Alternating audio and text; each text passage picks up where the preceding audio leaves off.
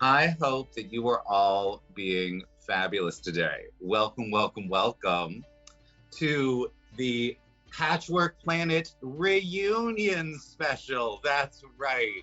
Um, it's been so long since I've seen everybody. Oh, Um, ages. First off, Snowflake Boy and Flizzard. I am doing both. There is bourbon in my tea. I am having a hot toddy. Like Nice. so yes, we're doing both of these things. Um, and first, I'd like to say we are still doing a fabulous dice giveaway today. So Oh, everybody enter. hold on, You know one what? sec. I'm gonna be moving I forgot to in add a it. and I'm actually going. Oh, you don't have it added yet. Yeah, hold on. I need you to pull it For together, some please. reason, my Okay. Chrome I has will hit you not in the mouth. worked for a while. I'm going to hit you in the mouth. I will smite you. That seems like an Well, appropriate reaction for this is the sure. first time. This is the first time that I am actually going to enter, and if I win, I'm actually going to claim them. Oh my gosh. Ever, It's up. It's up. I have given away, I think, somewhere in the realm of like almost 100 sets of Phoenix dice to people at this point. And You know what? I'm gonna enter too I because have I have zero Phoenix dice because I never enter. yeah, I'm gonna enter too. It I makes think me the so only sad. Phoenix dice I won was back when we had a charity stream with what's it? I don't remember. There is, I think, Done no, so that's not. many. I did win. Like I in did December. win one time. So I did win Nice. one time, and I gave it up to. Yeah. I forget. I feel like it was like somebody's birthday or something like that. Um, there is, but in addition, um, we do have something very special today. On all of the things where you see, like with the bits or the subs or any of those things where you see Reef of Glass, that is going to be in future adventures. That's going to be something crazy that happens, right? Today, today only, if anyone claims the Reef of Glass, all of the characters in both campaigns get to level up again. So Oh that's my the Reef of gosh. Glass for today. Oh, all right, all right. Um, so yes, today everybody is going to be super chill. It's going to be fabulous chill vibes. It's going to be awesome. We're going to have people coming and going throughout. We're going to be talking about this whole past season, what that looks like, maybe some questions and some like insights into season 3, which we're going to be starting soon. Um, there is Aaron Tanasi. That is a good question. So we have something now that says that you can become the DM for a round. And essentially what that means is you get to control whatever is the villain. So that I think is going to be a super fun one where chat gets to determine actually what happens. Like if they're like straight up, you can try to TPK the party, or you can tell like the monster can sort of like wander up to a wall and start humming its favorite tune instead. You know, I thought that that would be super fun and would absolutely be in the vein of the chaos goblins that we all are. Oh god. Definitely. I love it. So hey, my first question is going to be something that we do normally backstage, but I want to see from all of you first, what is something that you think you did okay this season, but you could do better for next season? What is a way to improve season 3 for yourself and for the audience? I already know mine. I didn't even get the chance to even see if it still works, which is it pertains to my drakes. In this season, all of them kind of got introduced in name, but next season, I really want to flesh them out, like their personalities. I want to I did a bit of it in the finale, but flavor a lot of the spells and everything to like be originating from them, have them be a more greater part of like Crow's entire deal. Absolutely. I think that that'll be super fabulous, especially if there is, I'm always about if there's some really cool role playing that's happening, and especially if it's a long-term thing, so that I'm a firm believer in rewarding the people that have been here for a while with cool things that are happening that maybe only they will know, like little things that only they actually get to see because they've been here. But absolutely, I think that's super fabulous. And I'm always up for creating like new spells or subclasses or stuff like that. So if we want to make some spells that are specific to your drakes, where you can only cast them when your drake is out and they always originate from that drake. Absolutely we can do that. So yeah, what about you? Hey Mike, what about you? What are we doing? Oh man, there's so much wonder in the world now, and Reginald, I think losing magic is actually really exciting for him, because just the ability to rediscover that wonder, and get to relearn some of his favorite things. It's just another adventure that is also the adventure that he loves the most, which is learning about magic. So, Absolutely. So I think it's time to reveal the first little secret about season 3. I'm not saying that this is definite, but let me first ask you, in a world that no longer has magic, how do you think that people are going to cope? The first thing that comes to mind is like all of the trade that happens through like magic, or like the people that trade magical items are going to be completely out of business. Okay, that's one thing. Yeah. Hey Josh, what do you think? What's like the number one thing that you think people are going to do when they lose magic? I think it's going to erupt into pure chaos, especially magical creatures. Do they still have magic? Can they still function? Like the mimics, Dapple Dance, is she still around? Here's an interesting thing. And so FYI, the end of season 2 and the beginning of season 3 are going to be a month apart. You guys are going to spend a month. Knew it. Called that shit. trying to figure out what the hell's going on, right? So there will be expeditions to go out. So you'll have some information at the beginning of season 3. And what you're going to find is that creatures no longer have spells. So like if they had innate spell casting abilities, they no longer have that.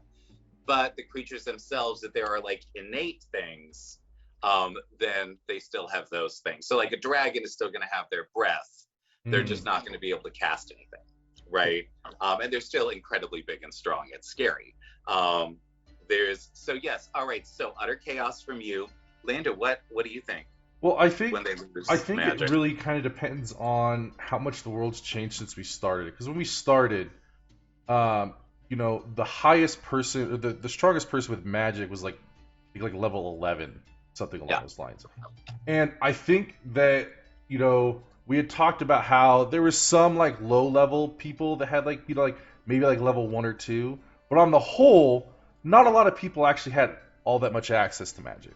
So, if that hasn't changed all that much, then there will definitely be this elite group of people that the thing that has kept them in power and the thing that has kept them strong and set apart from everybody else is going to be taken away.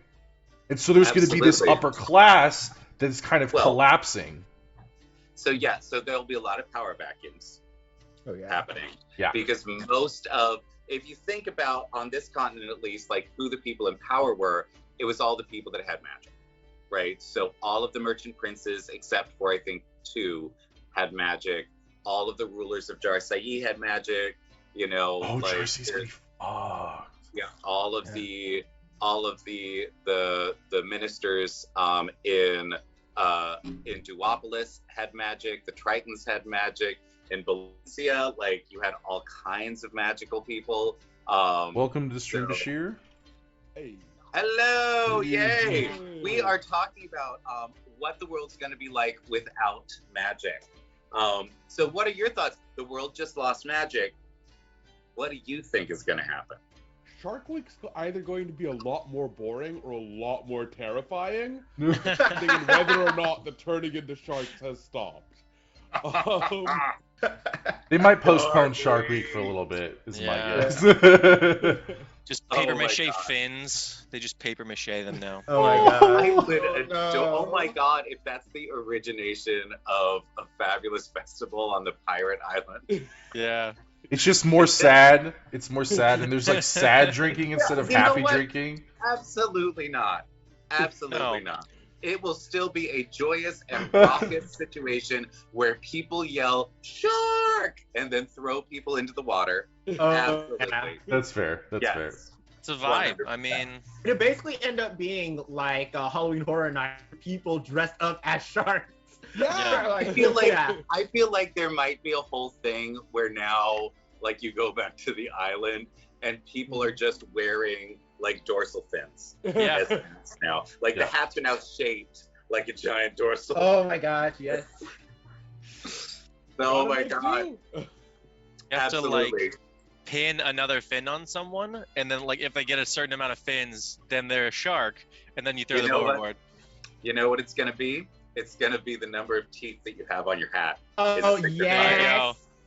of how awesome Definitely. you are. Definitely. Basically shark themed Mardi Gras. I love it. I love it.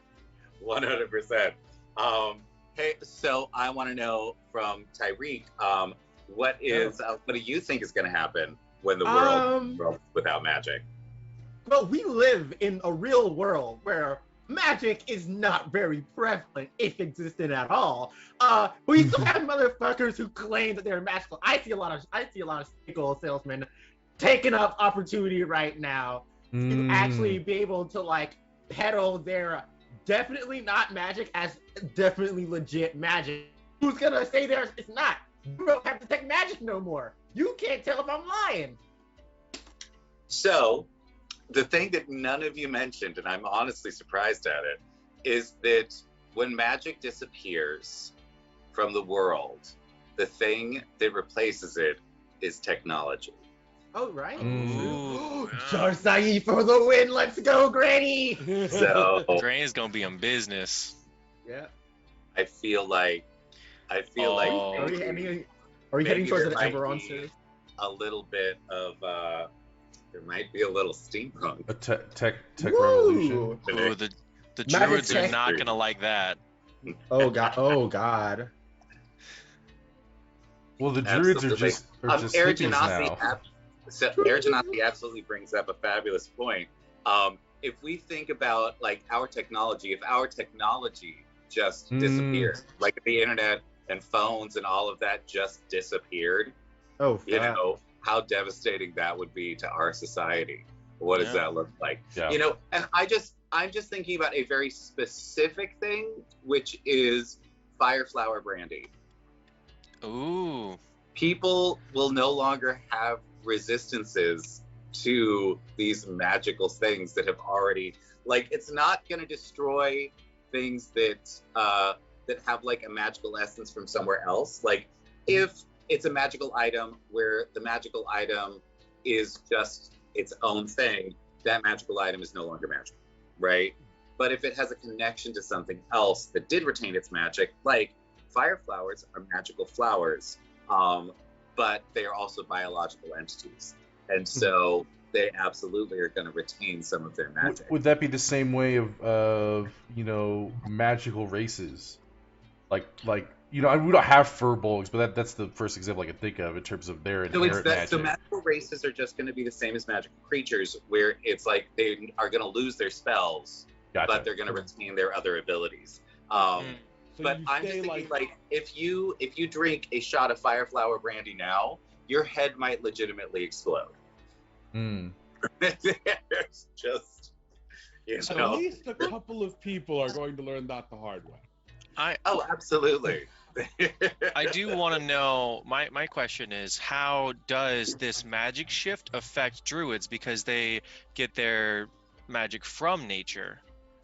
Sure, it's going to be the same thing. Like they're going to lose all their spells, initially, and then there is, so in season 3, the next secret about season 3 is that you can build back up your knowledge.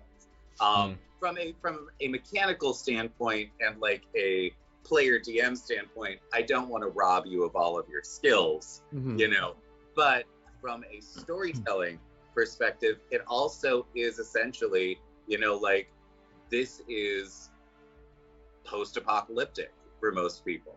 It's like The Walking Dead. Like, you no longer have all the stuff. You're going to have to reclaim the things that were super easy for you. And I think poor Daraxis. Yeah, he just knew. That happen. He just knew how to do it. Well, and one of the things that I'm gonna require now is that, like, if you are a spellcaster, it's gonna get real specific which spells you have access to.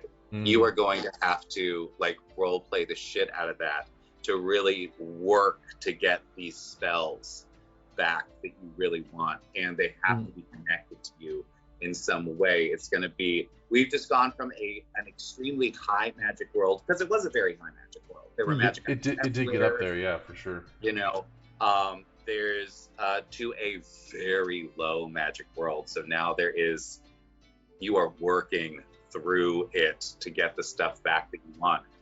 Like, I look at things like Athul, he will retain his Garden of Embers because that is based on a Fireflower seed. And he's utilizing the energy in that.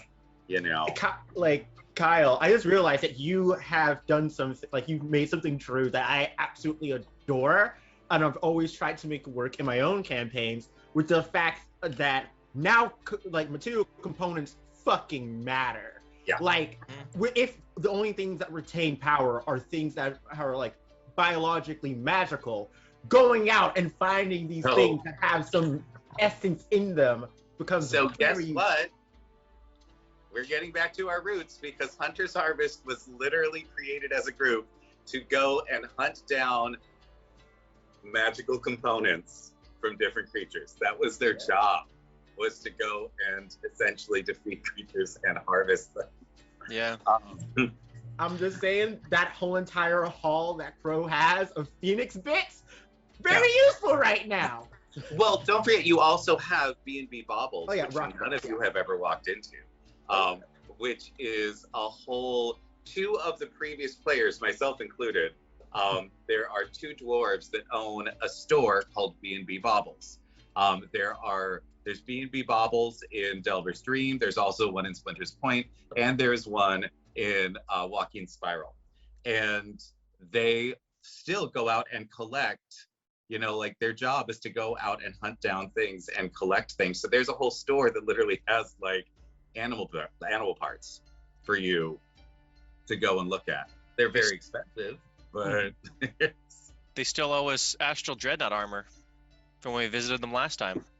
Well, I'm not sure that is that's a magical item. Sure, there is that might retain a little bit, but essentially it's just going to be regular armor now. That's just made out of something fancy. We did visit B&B Baubles. We brought B&B Baubles. Are you feeling upset that I said that you didn't visit them? Yeah. Is that what's going on here? You didn't here? remember? I went and saw your character. How dare you? Yeah, no, I would just like to announce it to the world right now that I'm a terrible DM. Awful. So inconsistent. Oh, man. Gross. So yes, okay. Now, I would like to hear if there is one thing that you could change about your character, what would it be? Let's start this one with our newcomer, hey Bashir. What would you change about your character if you could? Not sure. I'm pretty happy with. I think it's actually just a build thing in that I think the law paladin subclass. Like, I always think, oh, this is a neat thematic thing to do, and then I pick it, and then I start playing it, and I realize, oh, right, I keep thinking I should not do this again because I find it mechanically kind of boring. And,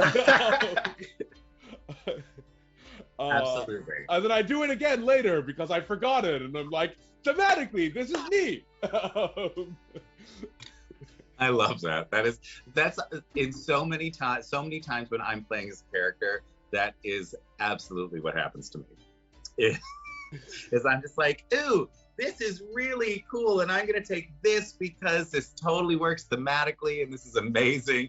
And then I'm like, oh, I can't do anything. Oh dear. Oh well.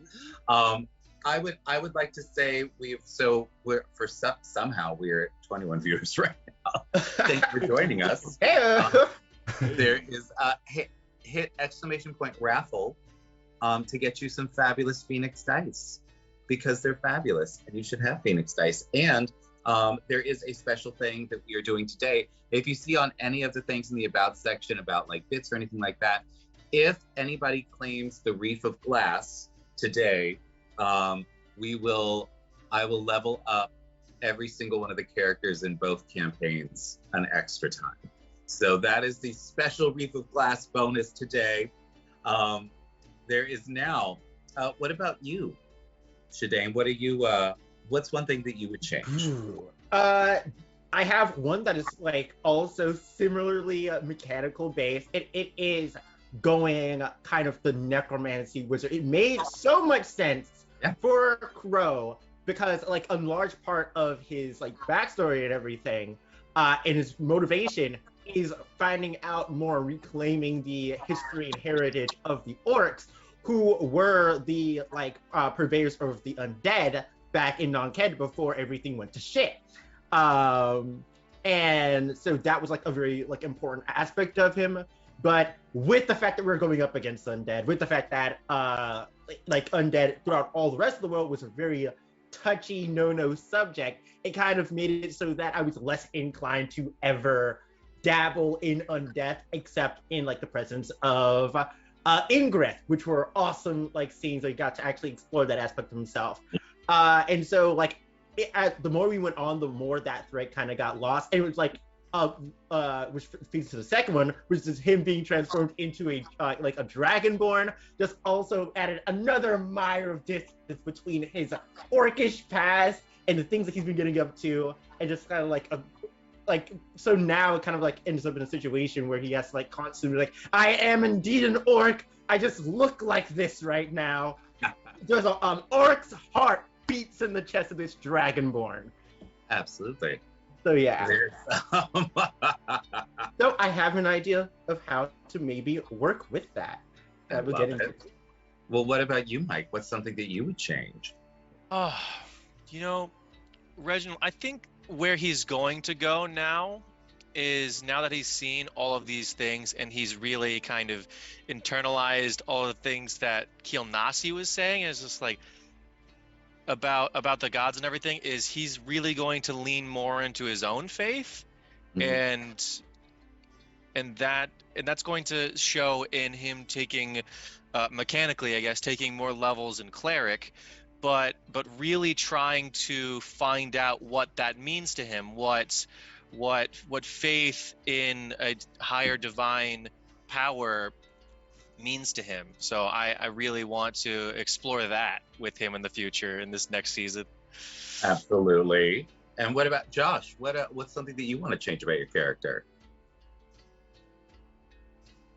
Again, same sort of lines it would be mechanically, but Zach had a lot of issues in the spider plane when overusing his touchstone to the point where his arm was charcoal. So he's definitely lost love for magic. So he'd be focusing on his martial training more than any magical training, and any chance he can get to fight somebody, he's going to. So, Gorf, be prepared. You're going to have a training buddy for quite a while. Yeah. Nice. A Hell month of yeah. training. Let's go. I love it. Training I love montage. it. You and Gorf having tea and sausage in the halls of might. There's Also- Josh asked me Training earlier. 18 hours Also, a he day. lost his. Right. Josh asked me Kilnasty cut his earlier. arm off. Kilnasty Yeah. cut his arm off. So this whole technological advancing, we might see a Bionic Sword arm. arm. Yes. Ah, That'd be dope. Ready Be to pick you up. aware that Baltor and Balmir have in fact already created a functional mechanical arm for someone else. Mhm. So that is absolutely possible. It's already canon in our world. But for those of you who are not familiar with the fourth level of the mine, that's where the dwarves live and train and create things, all of that good stuff. There's a place called the Halls of Might, which is where the fighters, the martial classes, train. And it's a giant arena where they, do training sessions and then they battle each other. So we might be seeing some things happening in the Halls of Might as you are relearning your skills. And what about you, Lando? What's something that you would change? Well, since I have two characters, I'll start with Gorf. I mean, not to echo most other people's sentiments. I think I really like where Gorf lands as a character, but I think I would like now that he's been more fleshed out, because Gorf was made really early on. Like he was one. I mean, he is, other than a Thule, the only other character that's been since the very beginning. Even Duraxis came in, maybe about 6 or 7 episodes in, because I adjusted my character. And I think I want to have my two subclasses be more thematic to who Gorf is as a person. And I think what's happened is I created the classes initially when I was a recovering optimist or min-maxer. Yeah. And Yeah. I want to adjust the classes so that So I want to address that because like the term that I prefer to a min-maxer is a toxic optimizer.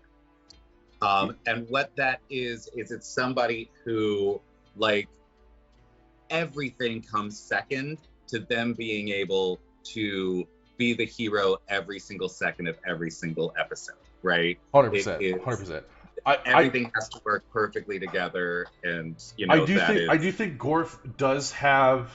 I think part of what's written into his character is he does have a hero complex, to a degree, and I think I was pretty happy with how the session went yesterday, because I really liked that Gorf got to try to be the hero, and then things went poorly, and he just, like in combat, Gorf probably did some of the least amount of stuff. Yeah. Overall, I mean, you did knock down one of the call-ups. I got Yeah. one Then call. you got your teeth knocked out. One W. One And W. then you got your stomach ripped out. Yeah. So and it's one of those things. So The one this thing is one of those things that I just need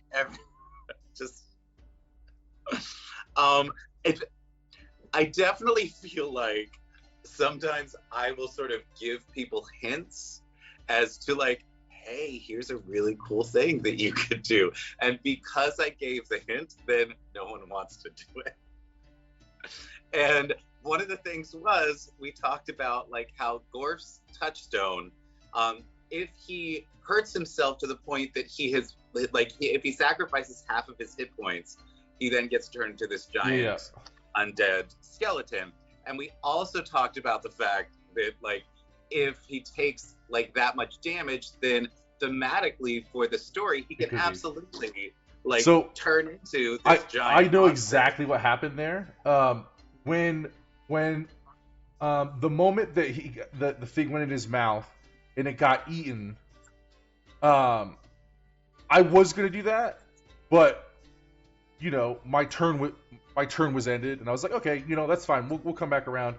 And then when it came back around to do that, I totally forgot that that's what I was gonna do. Game plan. So in the initial moment, I thought of it, and then when it came back around, I forgot.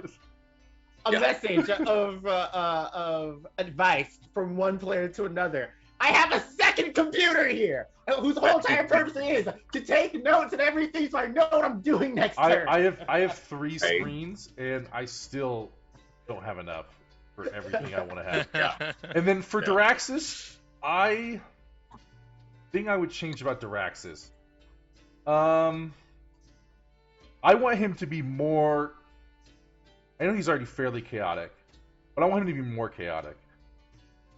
I want him to be, because you know, Diraxis very specifically, at least for me, represents the impulsivity that I experience as someone with ADHD, and I want Diraxis's mindset to be like all of the impulse thoughts that come in my head that I have to ignore on a daily basis, and just have them be the outpouring of that.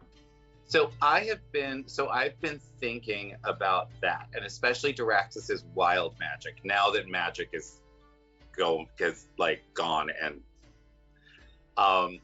and one of the things that I am thinking about for Diraxis specifically is creating a system whereby wild magic happens much more often as Diraxis is trying to learn his spells, right? I think that there is what I'm thinking is that instead of doing like rolling on a d20, that it'll actually be something like a charisma saving throw each time, and where like the saving throw starts at like 11. Oh, and that's a cantrip. Gotcha. If you cast a cantrip, there's an 11, like there's a small chance because it's a DC 11, that you will fail and something weird will happen, right? And then so that there's guaranteed wild magic at a certain point. So, well, there is eventually.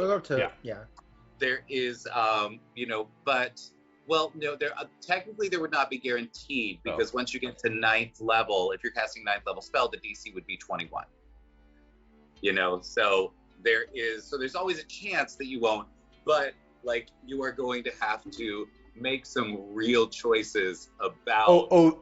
I was thinking a thing like the more you use magic, the more the DC goes up. You're talking about a DC based on the difficulty of the spell. The spell level. Yeah, so so it'll scale with spell level, and there's and so as you are trying to learn like a 7th level spell or an 8th level spell or something like that, there's a much greater chance that something will go terribly wrong. That's cool. I like that. And what I'm thinking of doing is actually creating a specific wild magic table that is based on the touchstones, the themes of the touchstones. So that it's essentially when you lose control of the magic, what you are doing is you are now tapping into somebody else's touchstone and creating some sort of effect that's themed that way. Yeah, and there could be 42 of that. Yeah.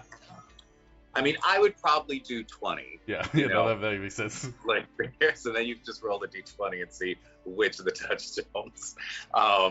There is. In terms of subclass, because I have no idea what the second one would be for Diraxis. That's something that's still very much up in the air. That's something. So it could be a lot. Just FYI, everyone in chat. One of the things that's going to be happening with 3rd level is because all of the energy that essentially has been sucked out of all of the other people, all of this potential magical energy had to go somewhere, and so it went into the touchstones. So all of the characters are being empowered by this, and even the ones that weren't Gestalt before are now going to become Gestalt characters, which means that they're going to level up in 2 classes every level. And now, fun fact, the next secret about season 3, now that the crystal sphere is connected to itself again, now that it's whole again, all of the touchstones are connected, which means that everyone who has a touchstone is now affected by the well of the Gestalt. So Oh my all God. the enemies are going to be Gestalt characters as well. Just so you know, That's which I think is going that's to be fine. great. Cool. Oh, That's oh, cool. okay, Lando. Oh, No, so no, that's fine. cool. That's fine. Gorf dies. We're Okay. just All right. Rockstall Gorf dies. Okay. gonna- Hold we're on. gonna- That's fine. One Lando. sec. One sec. Okay. There we go. He's dead now. Okay, Gorf has Gorf died. It's very sad. Our Very beloved barbarian boy. I love it. Now I'm gonna make a character that only speaks in puns. So. Only Oh, speaks I will in kill puns? you. Okay. I will legitimately just I will burn down the Twitch channel. I will set fire to We did say Gestalt. Yes, we're gonna be doing Gestalt characters. So currently, Delver's Dream sits at 9 and 9, and if we just go with Hunters, they're at 12 right now, so they'd be 6 and 6. Are we gonna No, equalize they're though at gonna all? level up to where they're gonna level up to you guys. So everyone's Okay. gonna be up. Oh, dang. both 9 and 9. Ooh, Yeah. okay, okay. No, okay. so understand that sort of the theme of season 3 is not going to be super powerful characters beating up things. These are now real philosophical choices about how you're going to present yourself to the world. So if you make something that is just about destroying as much as possible, great, that's what the universe is going to look like after this. That's a choice that you are making with the power that you have. If you want to go a diplomatic route, or if you want to go a different direction, we're going to have to look at a different kind of character. So it's like the whole theme is essentially there's now 42 people on the planet that are going to determine the entire sort of theme of the universe moving forward. And who are they? Like, you've got people like Lapri, you have people like, Ingrath. What's Bandoth going to do? Bandoth was waging war like 200 years ago and helping other people wage war. And what's he going to do? He has one of the most powerful touchstones in existence. He's got the throne of the Dwarven gods. And that maintains magic. He's the only ruler that has magic. What's that going to look like? Oh, yeah, that's true. What's he going to do with the wealth and the power and the magic that he retains? What is, essentially all the really cool NPCs I'm going to give touchstones to. So what is... Granny what's the still has a fabulous- touchstone. Granny's got a touchstone. What's she going to do with it? Oh, the Dapple- Florid's a Dapple magical Tree creature. Sauce. Yeah, Yeah. the Florid is a magical creature who now has touchstone. There you go. So the Florid's going to be probably one of the most powerful creatures, like powerful beings in the world, because it's one of those things where every NPC now is going to get a touchstone, and they're all going to start trying to do what they want to with the world. The Florid is now going to be a super powerful beholder and a Gestalt character. So they're going to be able to do a whole lot of stuff. Legit. So yeah, it's going to be going to be about and a little secret, as we know the nature of creatures. There are going to be people that are going to just try to take over the world.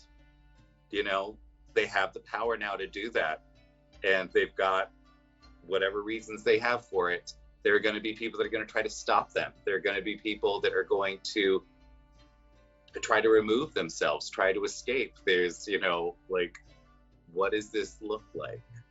One of the things I was also thinking is that characters that have traditional might or martial strength are going to be are going to be trying to take over that power vacuum, because people don't, except for the 42, people don't have magic, and so except for the 42, it's basically whoever is most physically or martially strong is going to be the one that's in charge. Well, Or going to I be. absolutely disagree. Like I All think that is an insane oversimplification of human nature, and that is not something that we do on the channel. Might makes right might be a thing that people try, but there are plenty of situations where these people are being manipulated by people that are smarter than them. You know, Sure. the thing is that, like, if you're looking at something like Joaquin's Spiral, this whole country is built on merchants, and it's built on controlling trade, and it managed to control an entire continent for 1,000 years by controlling all of the trade across that continent. So it's like, so saying that just whoever can beat up somebody else, I mean, not in all cases, sure, but that might get to a certain level, more but more than before. I absolutely disagree. Like, Sure. I think that it is. I think that I think there might be a couple of situations where might makes right might be accepted. Like, I look at some place like, like the Earth Genasi. That might be accepted there, but it certainly won't be accepted by the other Genasi in the region. Like, there's. And like another like piece of oversight, like Lando, when it comes to like the might, a lot of the might in the country was based on reliance on magically made weapons and armor. Totally. The entire military structure needs to be reworked from the ground up. Absolutely. Like, I look at something like, I could totally see Valand. I could totally see like this situation with the awakened animals, where suddenly like the Minotaurs and the Bear Folk and the Leonin are trying to take over everything. Now that like the biggest issue is going to be the friggin' Loxodons. They just lost all of their magic. All the clerics are gone. Yeah. They just don't have it. All of the magical using like Kenku and Aarakocra no longer have it. Like, there's what's going to happen there. Yeah, it's interesting. And speaking on that, I'm just curious to know, like, we didn't get a chance to like delve into it in the wrap up for like the finale, like the epilogue. But what are like Gorf's thoughts about like Balin and Valencia, like everything's going on there? Does he have any plans to head there to see how they're faring?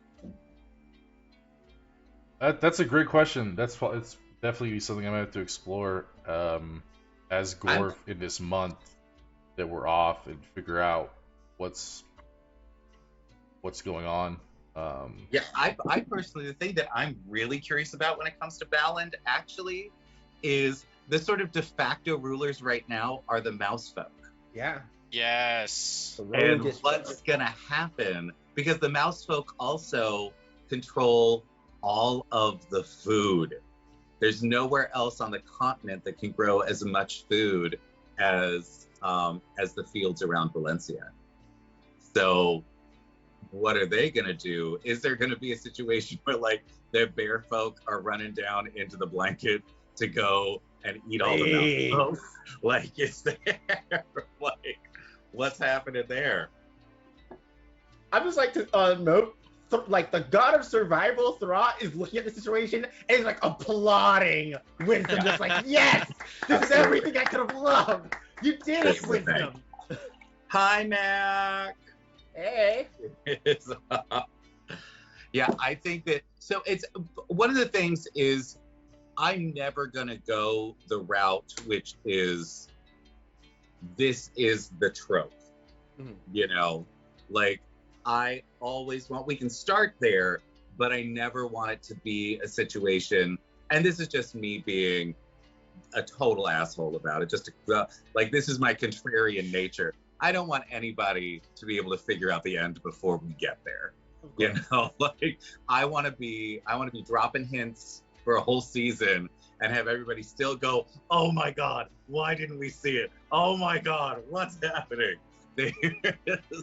So, yeah, so the might makes right thing on the surface, absolutely, it looks like that might be a thing that would happen, but there are much deeper waters, and that's one of the things that I love about the world that we've created is that there are just much deeper waters here. The world is alive and it breathes, and I was thinking it was like a more of an initial kind of thing, and I mean, thinking about like, okay, like the Middle Ages and things. It's, it wasn't necessarily who was like, but there was kind of a thing where like, oh, my army or my group of people or my system or whatever can control and take over things. That was true of like the Roman Empire and like things like that. But when you're talking medieval Europe, it is literally the people in power moving people around to do their bidding. The church had an enormous amount of power. The countries had an enormous amount of power, but there was no sort of like roving band of bandits that then took over a country. No, I wasn't thinking anything like that. No. There is, so it's one of those things where I'm absolutely into shattering the power structures and seeing who picks up the pieces. But I think that it's, especially in a game like D&D, where the whole point of all the different classes is that might is not the only way to get there. And I feel like even if you take away, even if you go to a wizard and you take away all of their magic, they are some of the most intelligent people on the planet. They are gonna figure out a way to like do the things that they want to hold that information. Like I could absolutely see, like the mouse folk are all about hoarding information and utilizing it to get what they want. I could totally see like, the Merchant Prince of Lore and all of the librarians across the continent like teaming up with the mouse folk to like put chains on all the doors and be like, if you want any information about anything, you gotta pay me. Like knowledge is power. I mean, that's been true for as long as you can have history, Well, now that I'm thinking about it, it really is like, we don't have any artificers in our parties anymore. Nope. But they're going to be some of the most powerful people on the planet now because they know how to build things. They've got a head start on the technology. And what if all the librarians are sort of like, now they've pulled anything that has to do with any sort of technological treaties and put it behind locked doors, so that they are, because that's absolutely a way that they could maintain their power without their magic is, nope, you got to get through me. And if you hurt me, like, you will, like, your whole family will get killed by the Alphabet Mafia. Like, that's just the Alphabet Mafia. Let's go, MM. Yeah. Oh man, they're gonna be the next BBEG of the thing. Oh, the mothers have a touchstone. Oh no! Oh. Wait, what touchstone do the mothers have? No, I think he's kind of like going off of the fact that you said that like all the major NPCs they could end up getting they like could have a touchstone. That'd be crazy.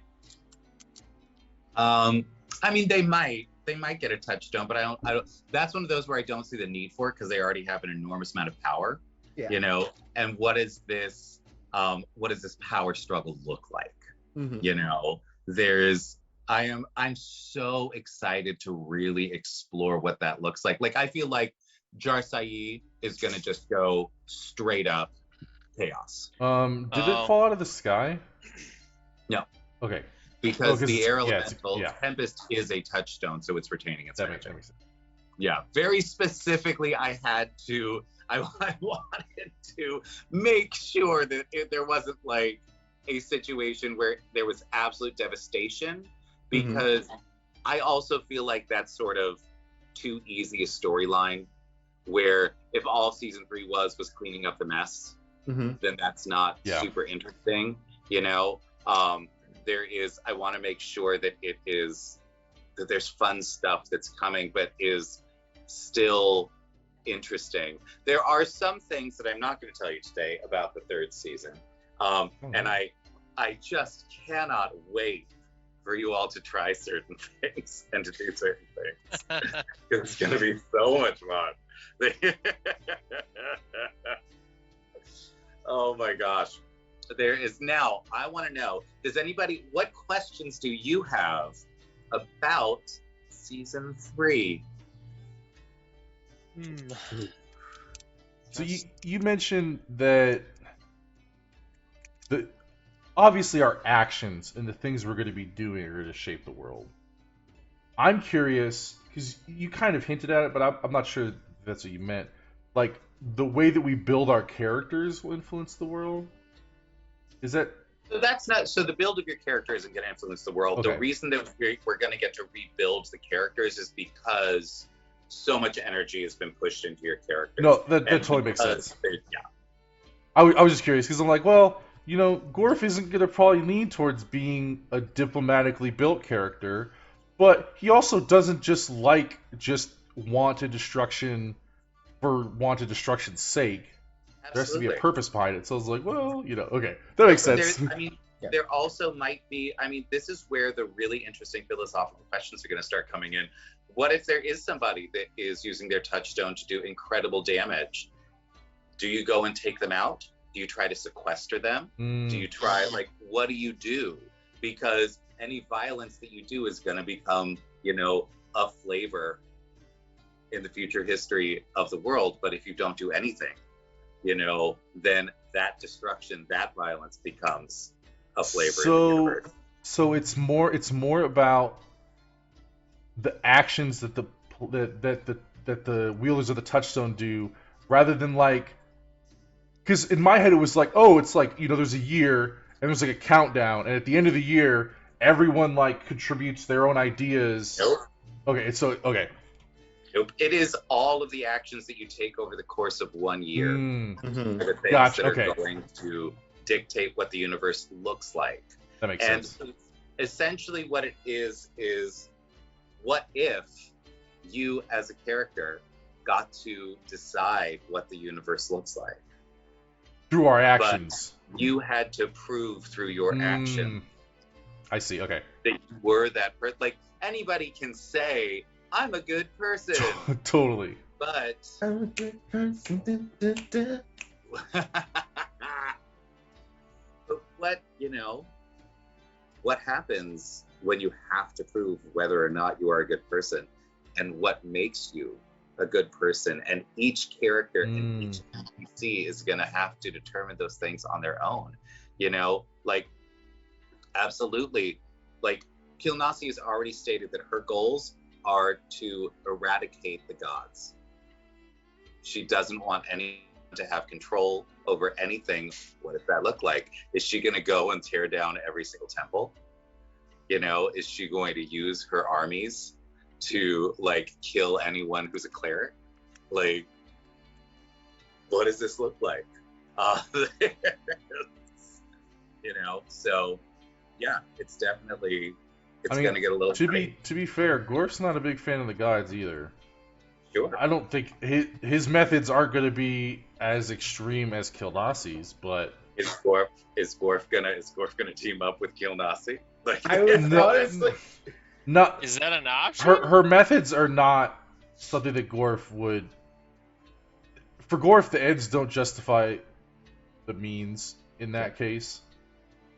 He's pissed off at the gods for their inaction, not necessarily for their existence.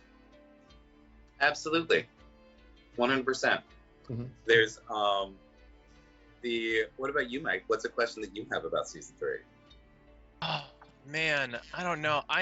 I'm more really excited to explore all of those things that I don't know right now than just straight out ask the question, because where's the fun in that? I want to see what happens if I do a certain thing in the world. I want to see how it interacts. That's where I'm at right now. But So a follow-up to that is, what do you think is top of Reginald's list of things to do right now? Right now, I think the first thing he's going to do as soon as he gets back to the mine for the month is he's going to go and study into the little area there and just figure out a plan for how the mages are going to live, because right now all of their like special skills that like help them make a living are gone for the most part.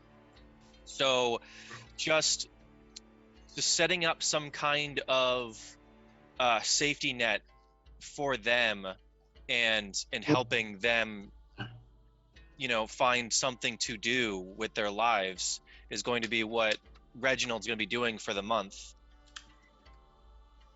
You know, just trying to figure out how mages can move on, how mages can live in this world. I think it's going to be, so something that I do want to touch on real quick is I still haven't figured out exactly what sort of mechanic I'm going to create. So I'd love some input to determine the difference between like when you are inside Delver's Dream and can do magic, and then as soon as you step outside, what's the mechanic to determine what you can cast? And I mean, the same thing with magic items too. I'm assuming with the same issue. Yeah. So yeah, if you create a magic item within Delver's Dream, how much of it do you retain outside? And I've been thinking about a couple of different things. One of them is the material component thing, you know, where like you might need to have a different focus for each spell if you want it, which will sort of limit the number of spells, but you have to get really good at that spell.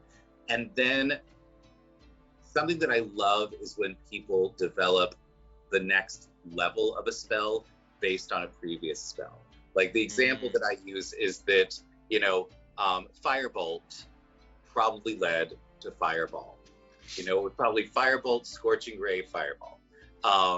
And things like that. Like, what can we come up with that are thematically amazing, where it's not just a spell. It's not like, you know, like we can go back to the Garden of Embers spell that Athul does. You know, it gives you both a shield that protects you from things and does damage to your enemies, and it allows you to send pieces of that shield out to do damage. And is that something where, you know, like this thing, if you concentrate on it, it's not that like, it's not your standard level up of a spell where it's like, oh, it does a little more damage or something like that, that it will literally, the spell will evolve into something different as you move it in different directions, and having that agency as a player to move things in different ways so that you can create something that really is like a signature spell for you. So it would be, you know, Athul's, instead of Mordenkainen's Magnificent Mansion, it's Athul's Garden of Embers, you know, stuff like that. So that's one thing that I'm thinking about. That you, I think there's an interesting kind of thing where, you know, in D&D, martial classes tend to be stronger initially, and then spellcasters take over. And so there's an interesting concept about like, okay, well, someone like Zach, who right now doesn't have any magic at all, you know, is significantly more dangerous mechanically than, like, you know, what we're talking about in terms of mages. So figuring out a way to, like, you know, make it so that they're not like completely worthless, but, you know, kind of having this balance of like. So I feel like in the situation that we're in, normally I would absolutely agree with you. I think in the situation we are in, it leads to amazing role play. To have a mage that was throwing people around the room and now can barely lift up a feather. Yeah. You know, and what that looks like, and that journey to reclaim it, instead of just, I feel like I would be remiss and that I would be sort of robbing people of fabulous role-playing opportunities if I just tried to balance everybody out, because everybody isn't balanced in this world, you know? Totally. I liked the idea of just making it to where if you cast like a mass cure wounds outside of Delver's Dream, that it's just a lesser version, so it just goes back to being just normal cure wounds, or just another kind of what is cure wounds, an evocation spell or something? Well, I think it's conjuration. There's Conjuration. I Ooh. think So- all healing is necromancy now. I want to look at something that is a little more universal than that, right? I want something that can apply to all the spells, So- even if it doesn't have I have necessary an iterations. I have an option that to pose. The one awesome thing that like third edition and carried over and still in the fifth, that brought over was the unification of like how spell casting works, and we could utilize that to kind of make it so that something is consistent across the board. Outside of Delver's Dream, like even to cast a cantrip now requires a first level spell slot. Like you could go the route of like just increasing the cost of spells. Because we have those resources at our disposal. It's just a matter of utilizing it takes more out of us. So now I'm going to swing back in the direction of Lando on that one, where I think that might be an overcorrection. Because So at that point, you just don't have any. here's a purely mechanical suggestion, however you want to theme it or whatever. So what if we did it something along the lines of similar to Draxus's wild magic, where each spell you use has a starting DC depending on how high of a level spell, and as you continue to successfully cast it, you get better, so the DC goes down and down and down until you can cast it normally. So essentially, where there's like a thing where, like, the more you do it, the better you get at it.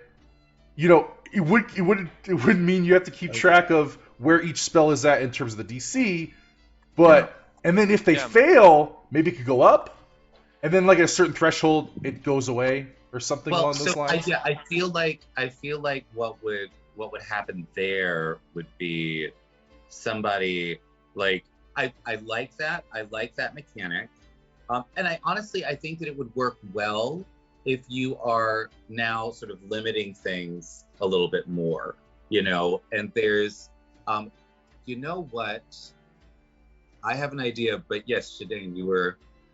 Lando actually reminds me of a system that I actually made for my campaign setting. I wanted to introduce a way that everyone could have access to like a form of magic. Like it wasn't dependent on like your character's build or your class, and it became known as like the soft magic system, where like all of the like essentially it's kind of that narrative DMing, like that narrative combat, where a player like explains what exactly they're trying to like achieve magically, and from that I'm just like, okay, so you're trying to you're trying to augment your abilities so you're able to see invisible creatures. Okay, roll sense.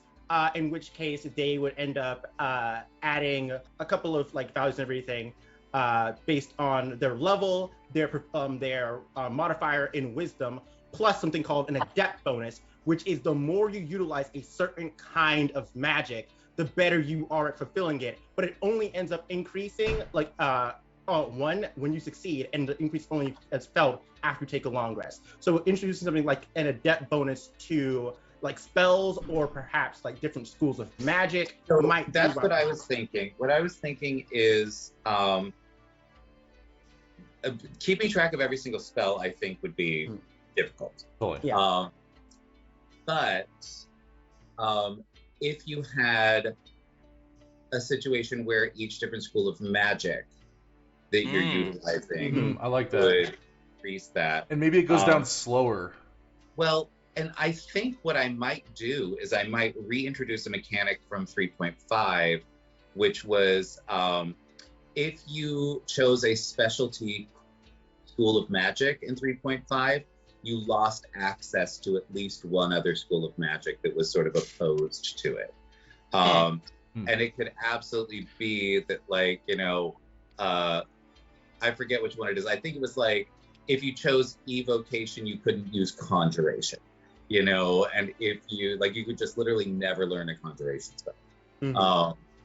There's, I think, something like that that forces characters to really focus on what they're doing, because I think it's one of the things that I don't really like about 5e is that everybody essentially gets to be a generalist. You know, that it's everybody, and I just think about the education that you would have as a magic user in a heavy magic using world.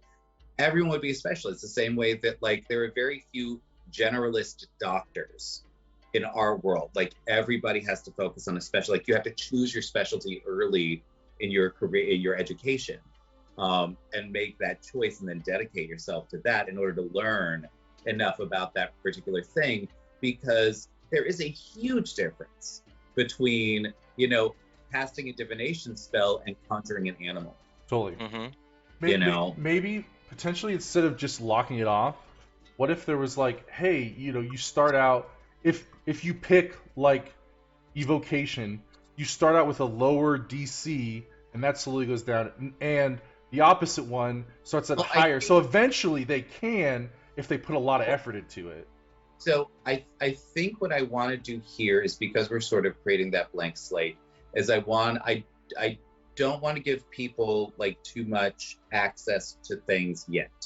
That it should be, everything is clear across the board, and then the players make choices about where they want to go with these things, and they dedicate themselves to that thing, and then they use that. And what I think what I might do is that it's like, you know,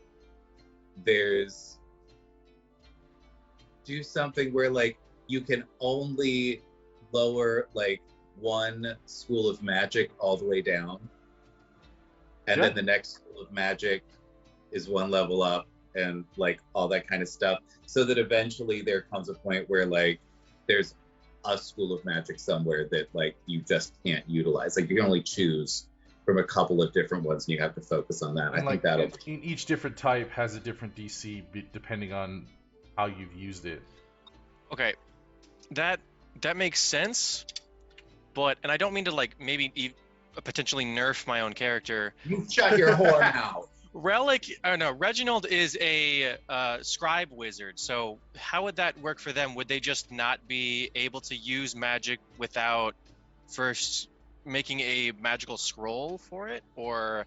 Well, I mean, that could absolutely be another way to do it, that like, you know, Reginald at that like can only use, like he can infuse a scroll with magic while he's in Delver's Dream and then utilize it outside. You know, that could be a way to be really cool. You know, like make that happen, and which would be thematically great for Reginald. What I would say is it would be a similar sort of thing where it's like you would have to learn, you know, and evocation spells in my mind would utilize similar like components and similar runes and structures, mental structures that, you know, that are sort of common throughout, because they are bringing something into existence or shifting it around, you know. And so it would be easier if you're doing a whole bunch of evocation spells and scrolls and stuff like that, then absolutely you'd be able to like do that super easily. I was going to say, because he was a Lorehold student, like more divination stuff, because that's more of their. Well, what I'm saying is that like if you chose whatever class you chose, yeah, your brain would start thinking in those terms, and it would be harder for you to think in terms of other things, and you know, so something like that. No, I think that might be something that I'll develop. And then the DC would be based on your spellcasting modifier, because one so of the now things that's I'm gonna stop you, Lando, because Josh and Bashir have said nothing in the last 40 minutes. No, that's totally fair. Sorry. I want to hear more from I them. get excited. I'm just really glad I'm going with the martial character. Honestly, I'm glad that I have one others. of each. I'm really glad I have one of each. I do like the idea of everyone has to specialize for like for things that aren't strictly School of Magic specializations. You could go with like thematic spellcasting, which is something you get in other systems more than D&D, Yeah. where it's kind of, you're a scribe wizard, so like these are the sorts of spells that you get, so you can get them theoretically across the circle of spellcasting. But for example, you're never going to get like restoration spells that are on the wizard's list. It's not the sort of things the scribes did. Or Yeah. you're never going to get like X, Y, and Z, like forbidden knowledge, because that's not the sort of things the scribes were allowed to do. It's not the sort of things your mode of spellcasting allows. Yeah. It's something that's in like other types of game more than D&D, where like really constrained magic is the name of the game.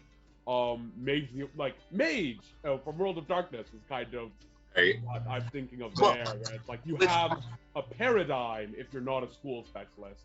So you Yeah. only look up in the paradigm, and then you can kind of shift what that paradigm is, but you get similar limitations to a school wizard in effect, because there are things your paradigm can never cover. Yeah. Like I really like that, because for me it really is all about the flavor of the role play when it comes to this, you know. And it's like, if you're a Lorehold student who is all about excavation and things like that, then it will be things that amplify your ability to go and research things. And I think also, you know, it could absolutely be a situation where like, oh yeah, you're really good at doing things like casting spells that find traps or secret doors or delve into dungeons, you know, all that kind of stuff, because that's what you were doing before. You understand the mechanics of what that looks like.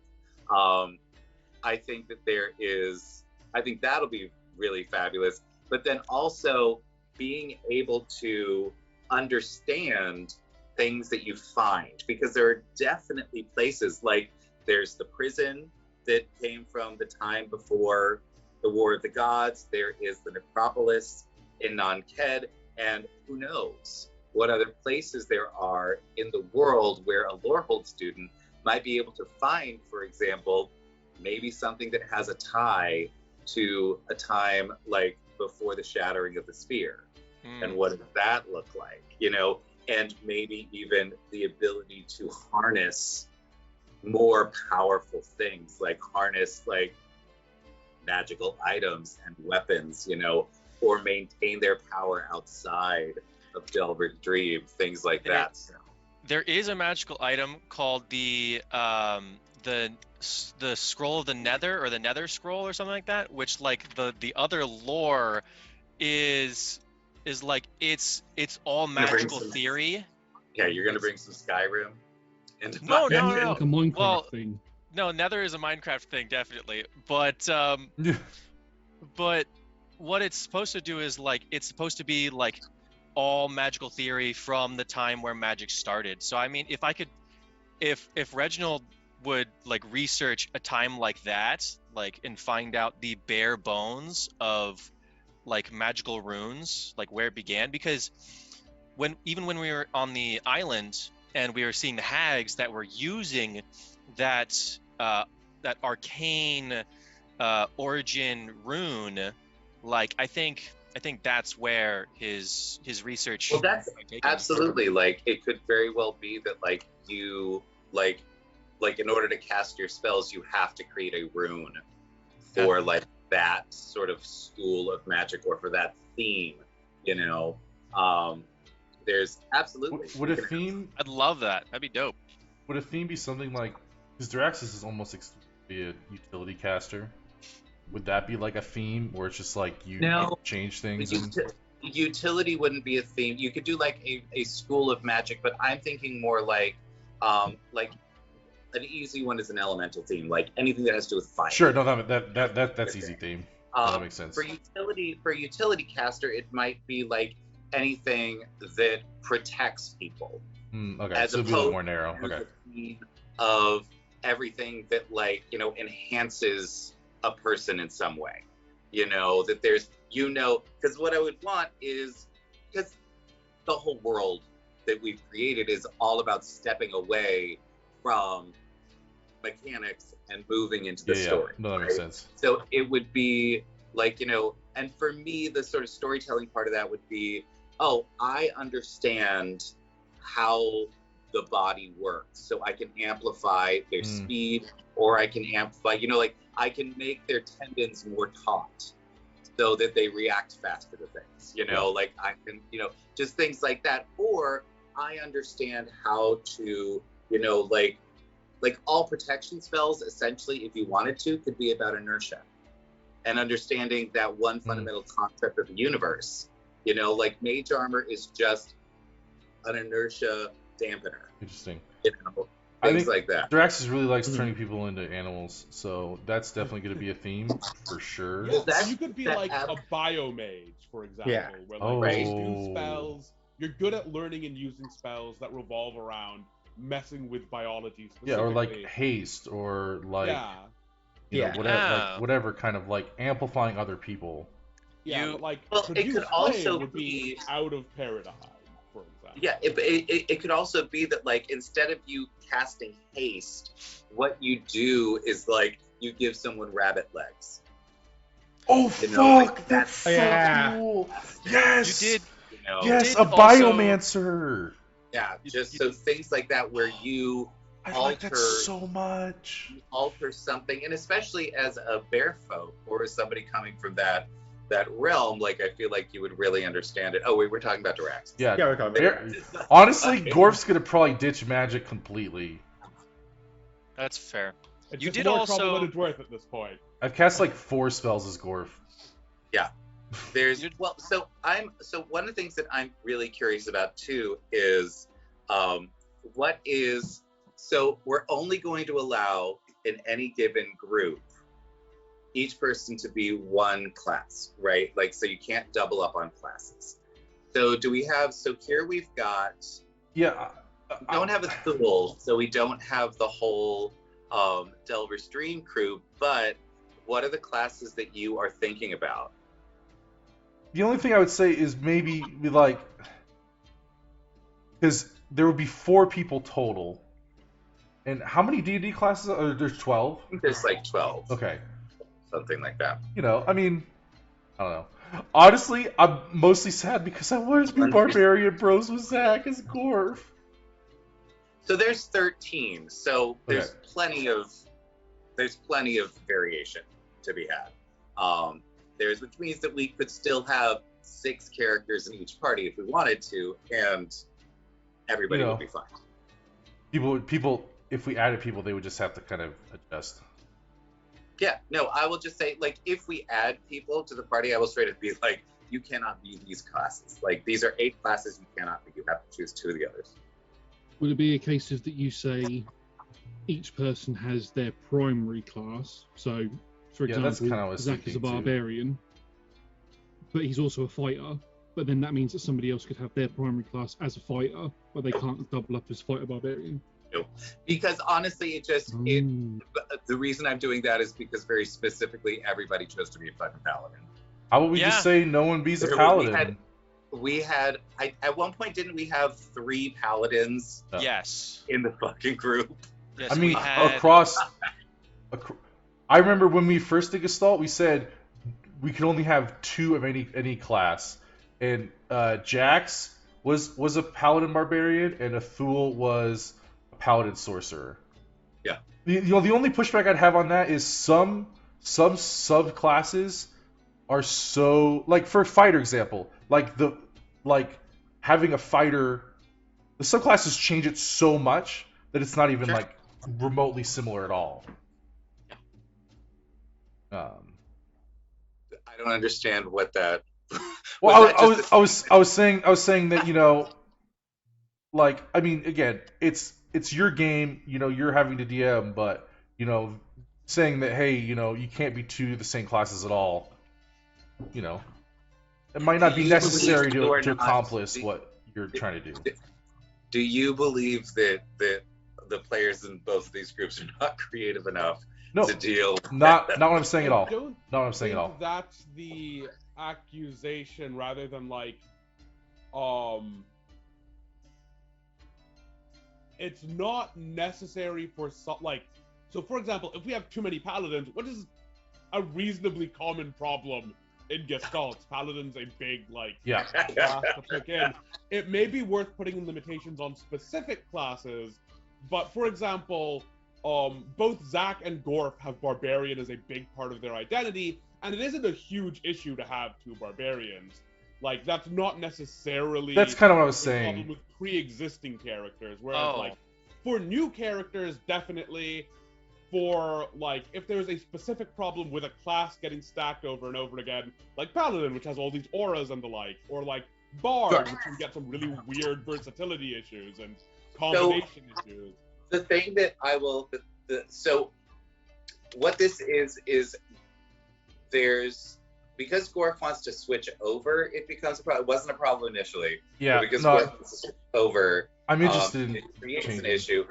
But what I would say is that Zach honestly does not act like a barbarian. Zach acts like a fighter, you know? And so it would be one of those things where I would want to talk about like Zach, because Zach is not just run in and smash, smash, smash. Zach is very precise in his movements. Zach is very precise in where he is attacking, what he is doing, and how he is attempting to like get through somebody's defenses and stuff like that, which is much more thoughtful than just a rage-filled barbarian. Totally. So something that I would want people to consider. Maybe a rogue, Zach? Yeah, I mean, the only thing I was saying is like the pushback was like, I understand the paladin issue, but I think that putting it in categorizing it as no double classing is a thing. It's like, well, there's situations where there really wouldn't be an issue, and it would. Well, the other thing too, though, is if we are based on the theme of season 3, right, which is your choices actually matter for the rest of the universe. Yeah. If you have 2 barbarians in a party of 4, if I do a bunch of like adventures that are like political intrigue and like sneaking around and stuff like that, the barbarians never get to do it. Sure. Right? Which is one of the reasons that I want a much larger variety of things, so that each person can still move things, like can move through the world and discover new options about themselves and their characters. And it allows me as a DM to create all kinds of different situations for all kinds of different characters. There's hopefully without the characters feeling like I am either trying to railroad them or just fucking them over because they never get to do the thing that they are built to do, Sure, and at least I would say, at least with Gorf, there's no way I could authentically be Gorf and be political intrigue and be all these things. It's just not who he is as a character. Yeah, but that's one of those things where that is, if you've got other people that can sort of solve the problem, then Gorf becomes the foil of that episode, where Gorf keeps fucking things up and everybody can bounce fun situations off that, and I can build like a sort of Faulty Towers type thing, a very sort of British comedy situation about Gorf just sort of trundling through this thing and everybody's trying to clean up the mess. Yeah, that makes sense. So there's a million ways to deal with it. But if this is... and then I just thought of the other issue is that if I switch and Diraxis goes to Delvers, there's 2 sorcerers. Yep. Shadane? I'll just say it's like 2 point of orders on like the situation. It seems that a large quantity of the no 2 class overlap comes from the reason why Paladin is a problem is because like unlike all of the other classes, a lot of a Paladin's power is shored up in the core class and not necessarily the subclasses, where a lot of the flavor and power of the other classes is like entirely in the subclass. Like two wizards play completely different from one another. Oh yeah. Because base wizard gets almost nothing. Get magic. Goodbye. Bye. Yeah. Peace out. But yeah. Whereas, that's why I was kind of thinking like, Yeah. hey, maybe let's not like have it be this blanket thing of like, and kind of be like, let's look at case by case, and Yeah.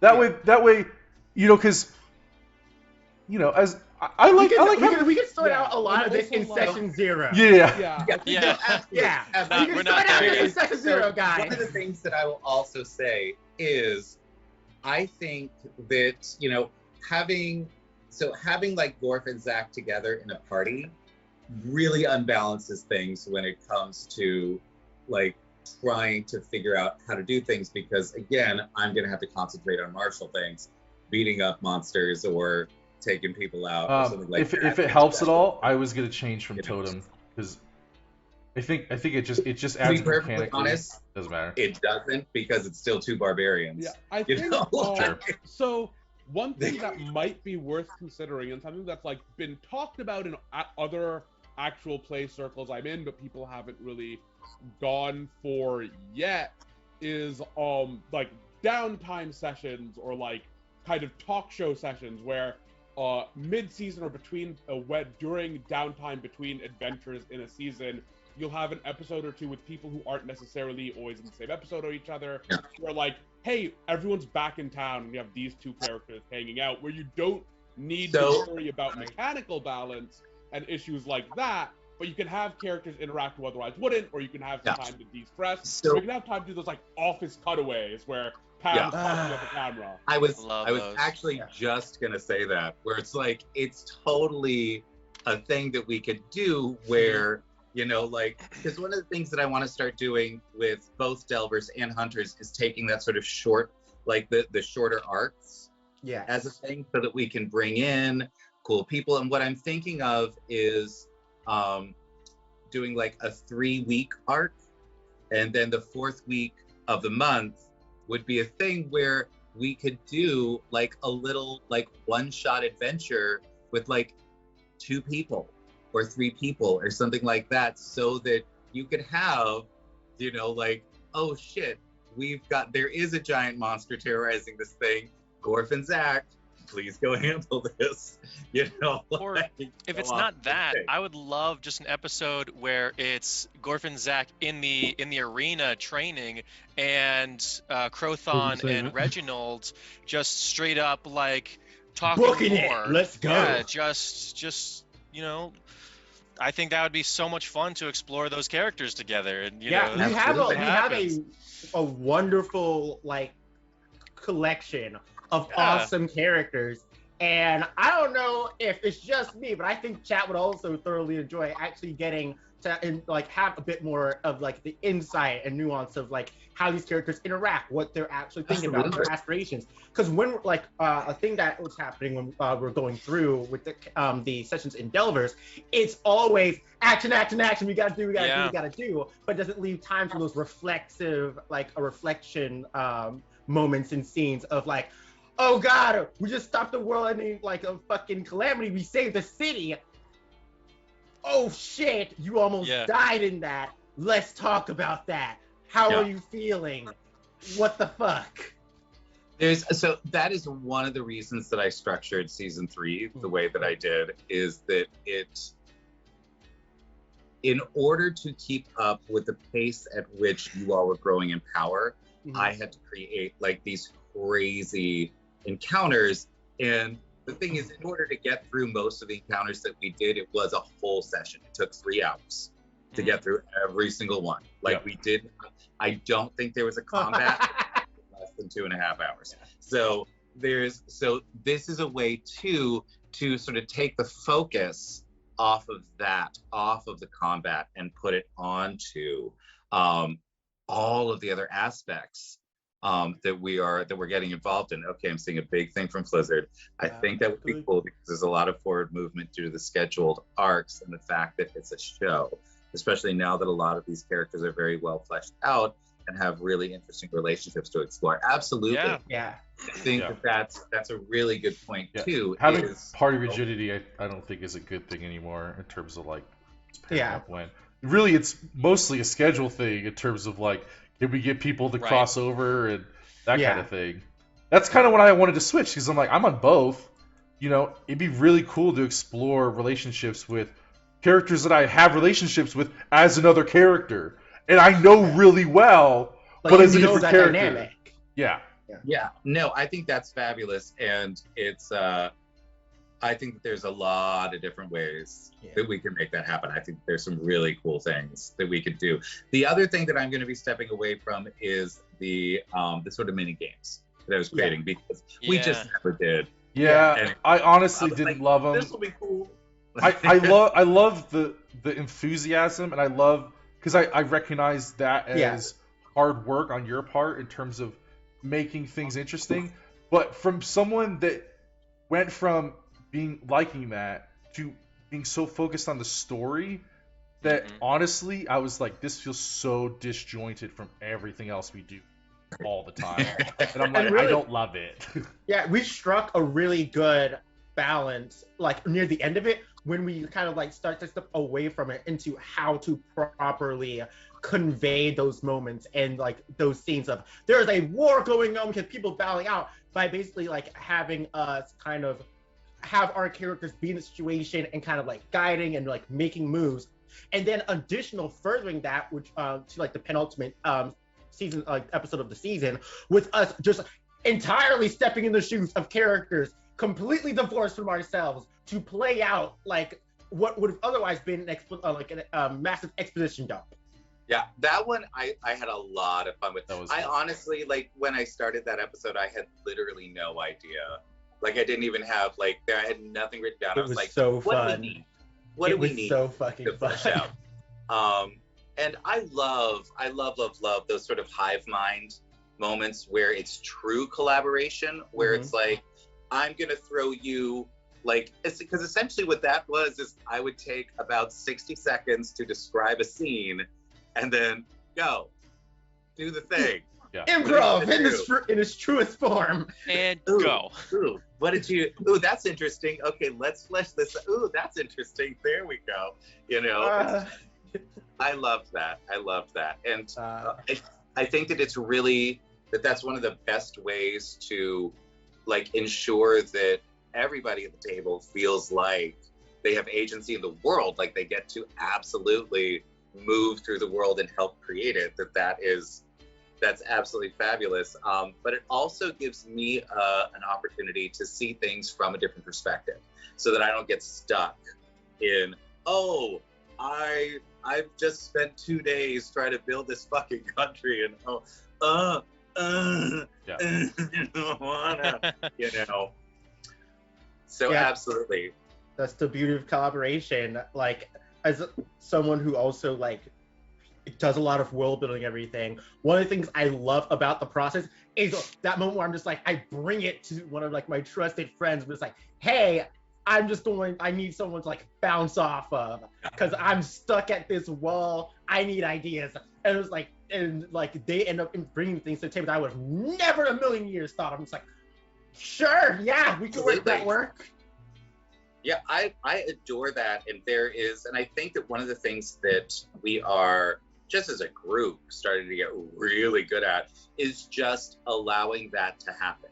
You know, we still have, like, we occasionally will have the stumbling block where someone will be very attached to a thing, myself included, you know, where it's like, no, this is my precious Star Wars toy. You don't get to play with it. And there will definitely be situations where I'm like, okay, the thing that you are suggesting will break the lore of the world, so we are not going to do that. You know, there is fun, you know, because that's part of my job as the keeper of the lore, you know, right, is to know when something is going to sort of bend the lore or shape the lore, and when it's going to break the lore, you know. Yeah. Sorry. Sorry.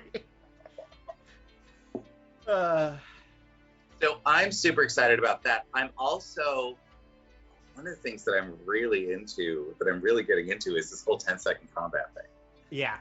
It's just, I don't think that it will necessarily work for, like, giant combats. But I think little interactions. Like 1v1s. Yeah.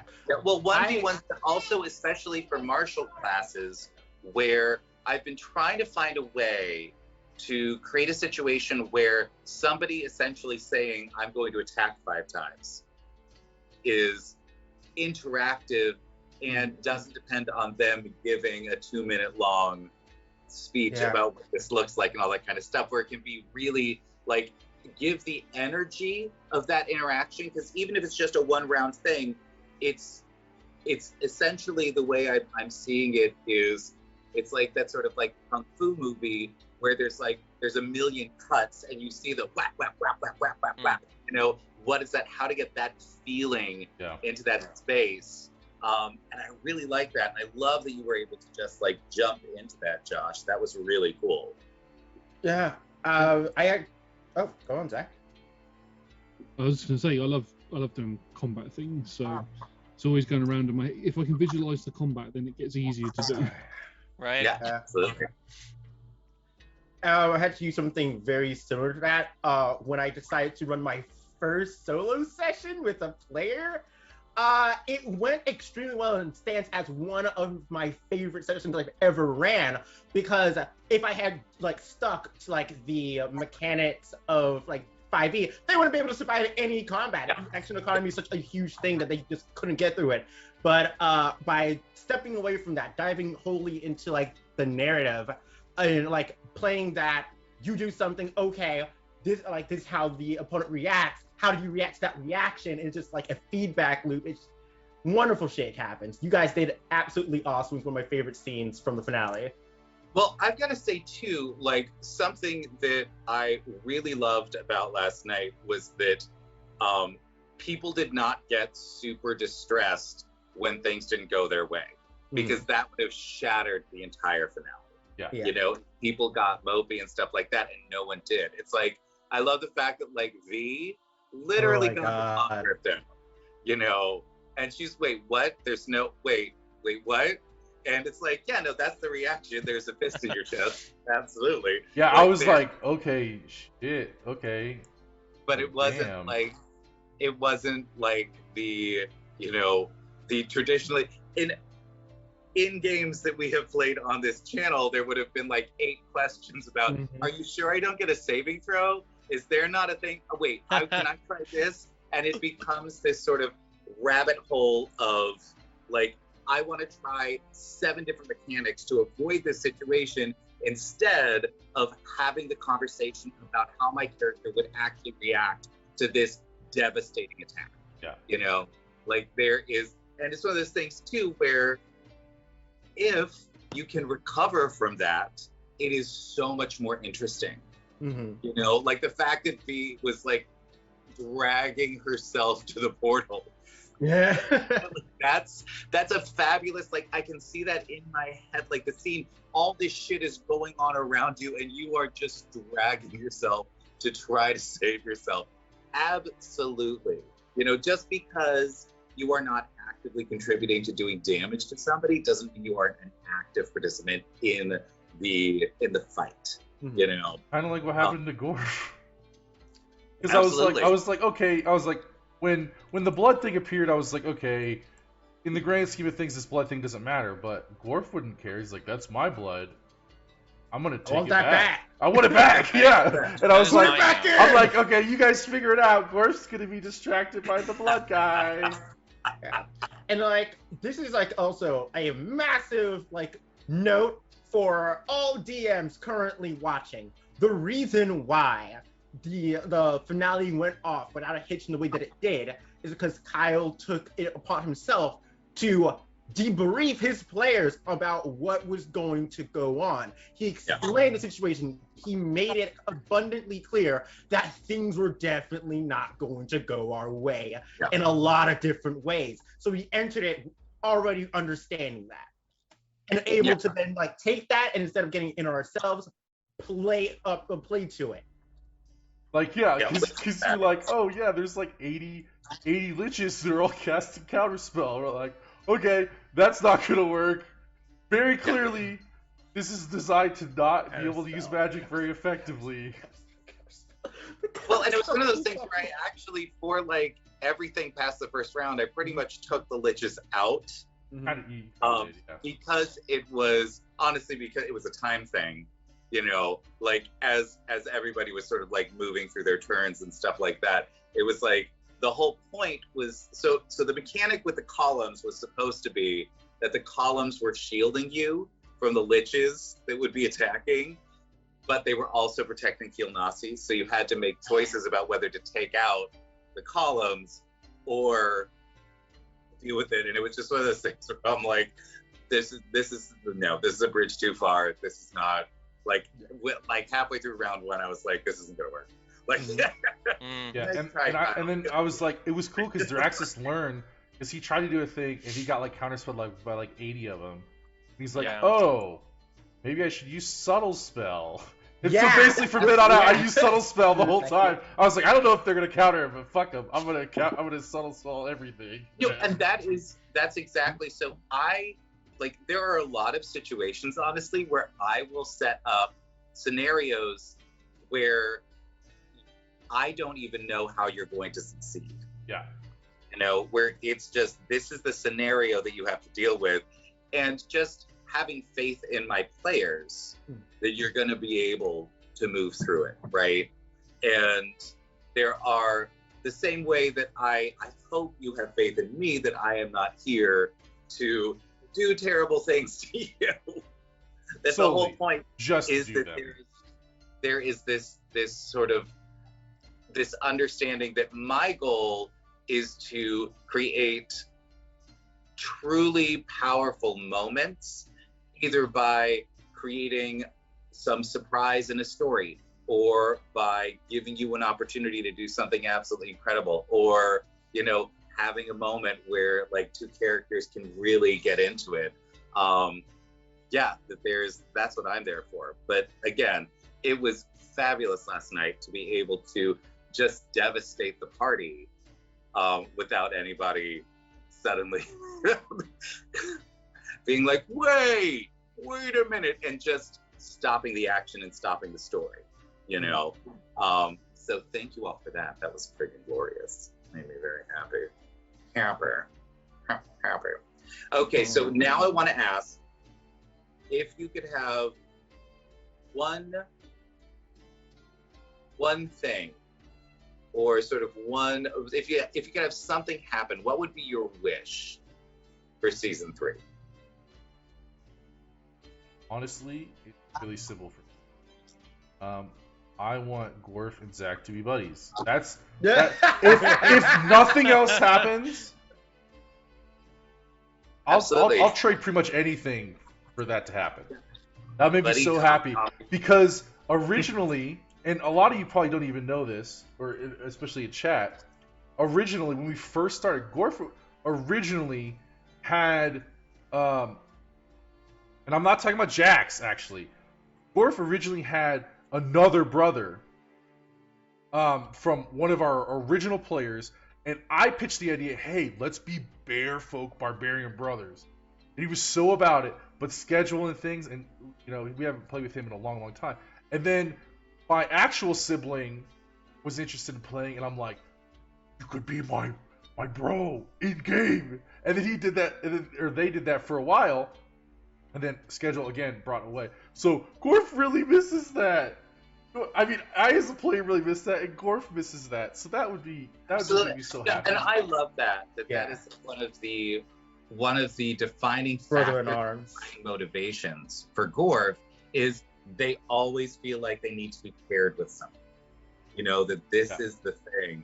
And one of the things that I want to look at, like in season 3, is where does that come from for Gorf? You know, is that like their military training where they're literally just trained to work in a group? Does it have something to do with the fact that he grew up with a brother? You know, does it have to do with like some, you know, abandonment issues or like whatever that is? Like, to be perfectly honest, it's probably more about myself as a person, how I create Gorf. But I'm really interested to see how I incorporate that in Gorf.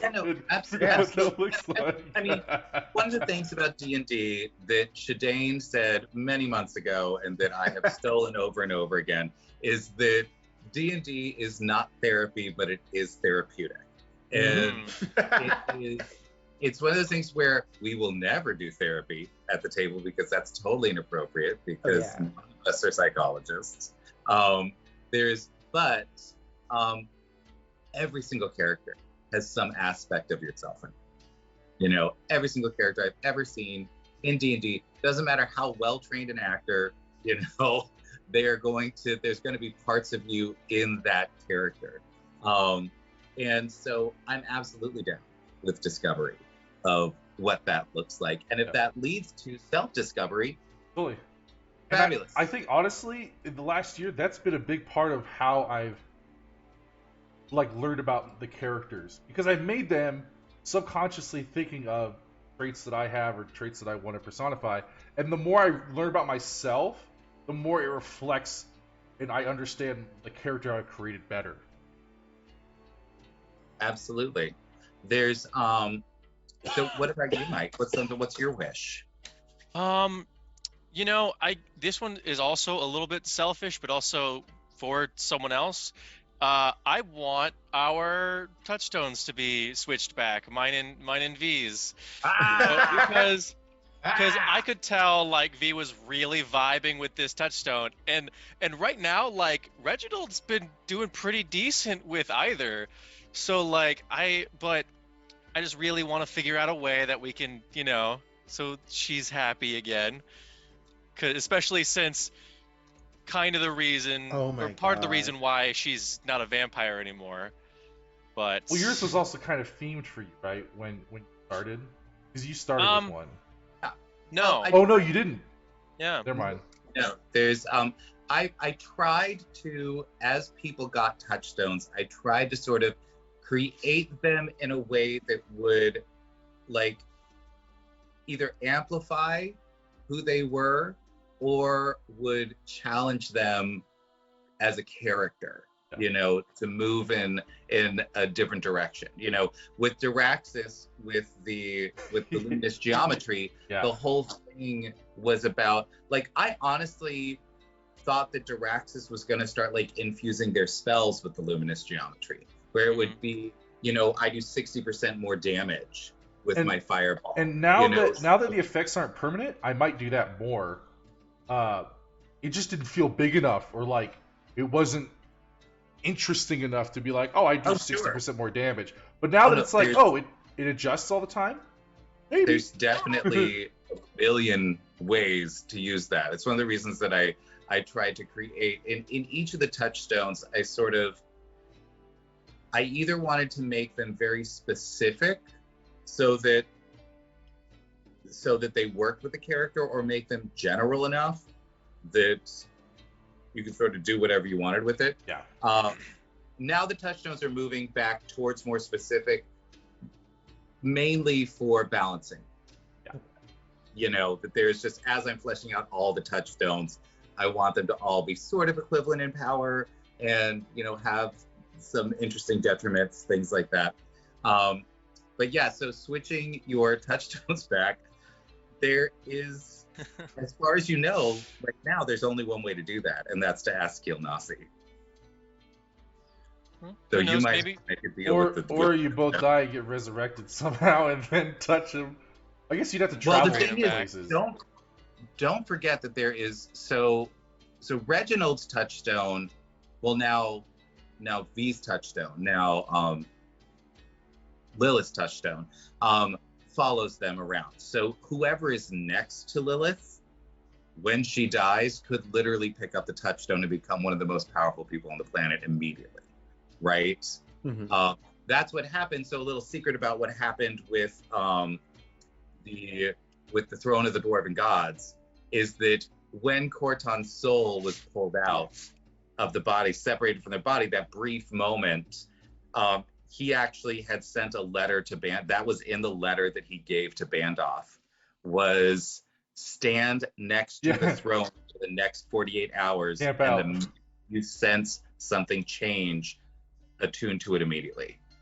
And because Corton didn't know if he was going to survive or what was going to happen to him. And he wanted to make sure that nobody else got a hold of that. So Robot Corton can't use magic, right?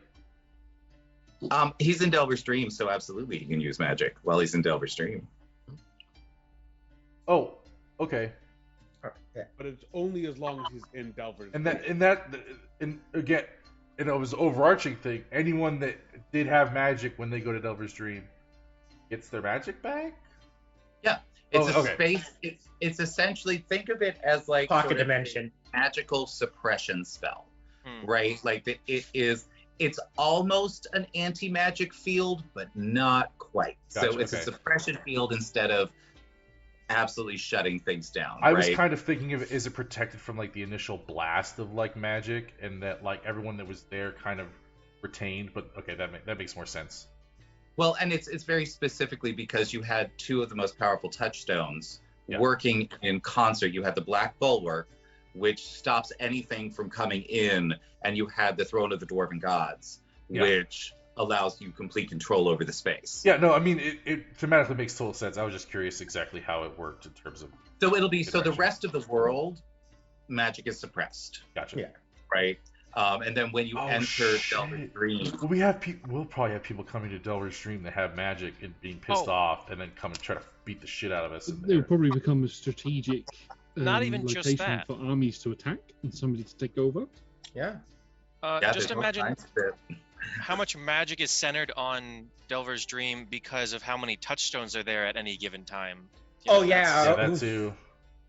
I'm really interested to Yes. see how the Outer Planes and everything else is affected, if at all. 'Cause Sure. If that's going on, and Delver's Dream is like the only spot where magic works, period.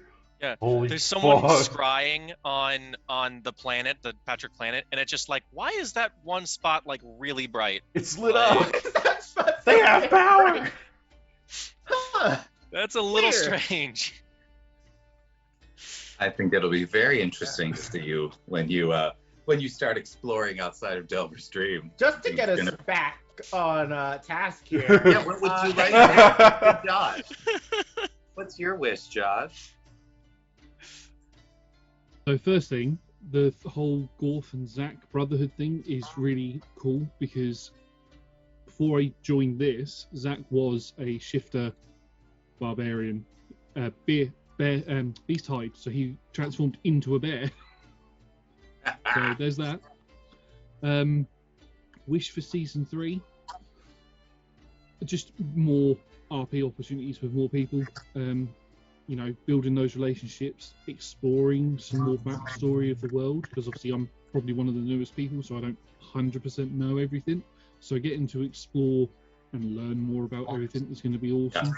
I think. Oh, we're both cooks too.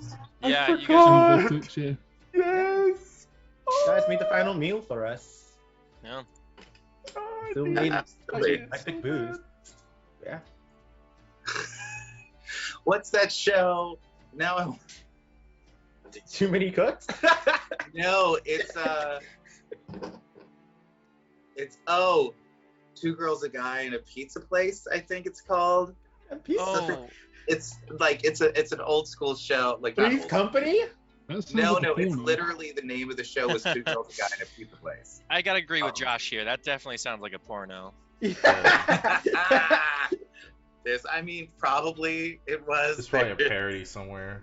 Right. Yeah, it's so did you Oh yeah, see... is this? I think it's just called Two Girls and a Guy. No, two guys and a girl. What? No, No, that's not it. That's not it. It's a very You're looking long at something title, else. Yeah, and it dude. had Oh wait, I found it. You're right. Two Girls, a Guy, and a Pizza Place. Two guys, a girl, and a pizza place is the name Oh, of it. Two Guys, a Girl, and a Pizza Place. Okay. Yeah. Yeah, absolutely.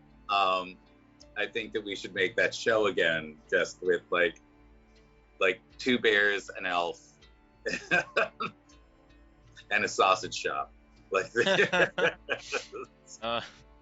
Still sounds like a porn. Somehow now more sounds like Yeah. a porno than it did before. Yeah. Two bears, an elf, and some sausages. Yeah, that's. and it's in fact a gay porn. Yeah. You know? Yeah. Like there's absolutely. Okay, so good. I'm glad that we are now. So FYI, everybody, we're no longer a TTRPG with straight up porn shop now. Oh, Just God. so you all know. Erotica adventures. Yeah. Narrative absolutely. porn shop. Narrative I mean, porn there's- shop. there's- Oh my god. I know that there's a couple of different D&D streams out there, like Roll for Romance and stuff like that, that like concentrate on the sort of like relationship stuff, and I know we will never be that thing. Yeah. So, Thank God. don't worry not. I have to flirt with Lando. I mean, that's just gonna be I mean, weird. yeah. Yeah. We will do our best. We'll do our best. Yeah, we'll try. Oh, God. Absolutely. Yeah. No, there's so yeah, absolutely jumping into like the whole like the history of the world and finding out, because right now what it is like people know what happened 1,000 years ago, and I've definitely fleshed out like some of the relationships between the various countries immediately after what happened. But then there's 1,000 years of history, and what does that look like? You know. So absolutely getting a chance to really flesh that out. Like what's one of the most interesting for me is like, what is the development of the power dynamic in Jar Saeed between the four parts? You know, what does that look like after, you know, the people that were in charge from the elemental planes, you know, who set up this sort of like experiment on the prime material, like there's to see how the different cultures from the four planes would actually interact.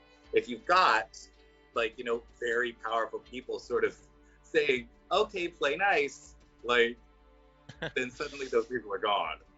Like, really, how have they all managed to retain their own space in that city, you know, and what does that power dynamic look like throughout the years? Like, have there been times when, like, I know there's one thing about that city that was that because the Air Genasi were the only ones, and this was something that D&D is definitely getting away from, but like last year when we were developing it, was that like, you know, typically like the Tao and the Marids are considered, I think, what is it?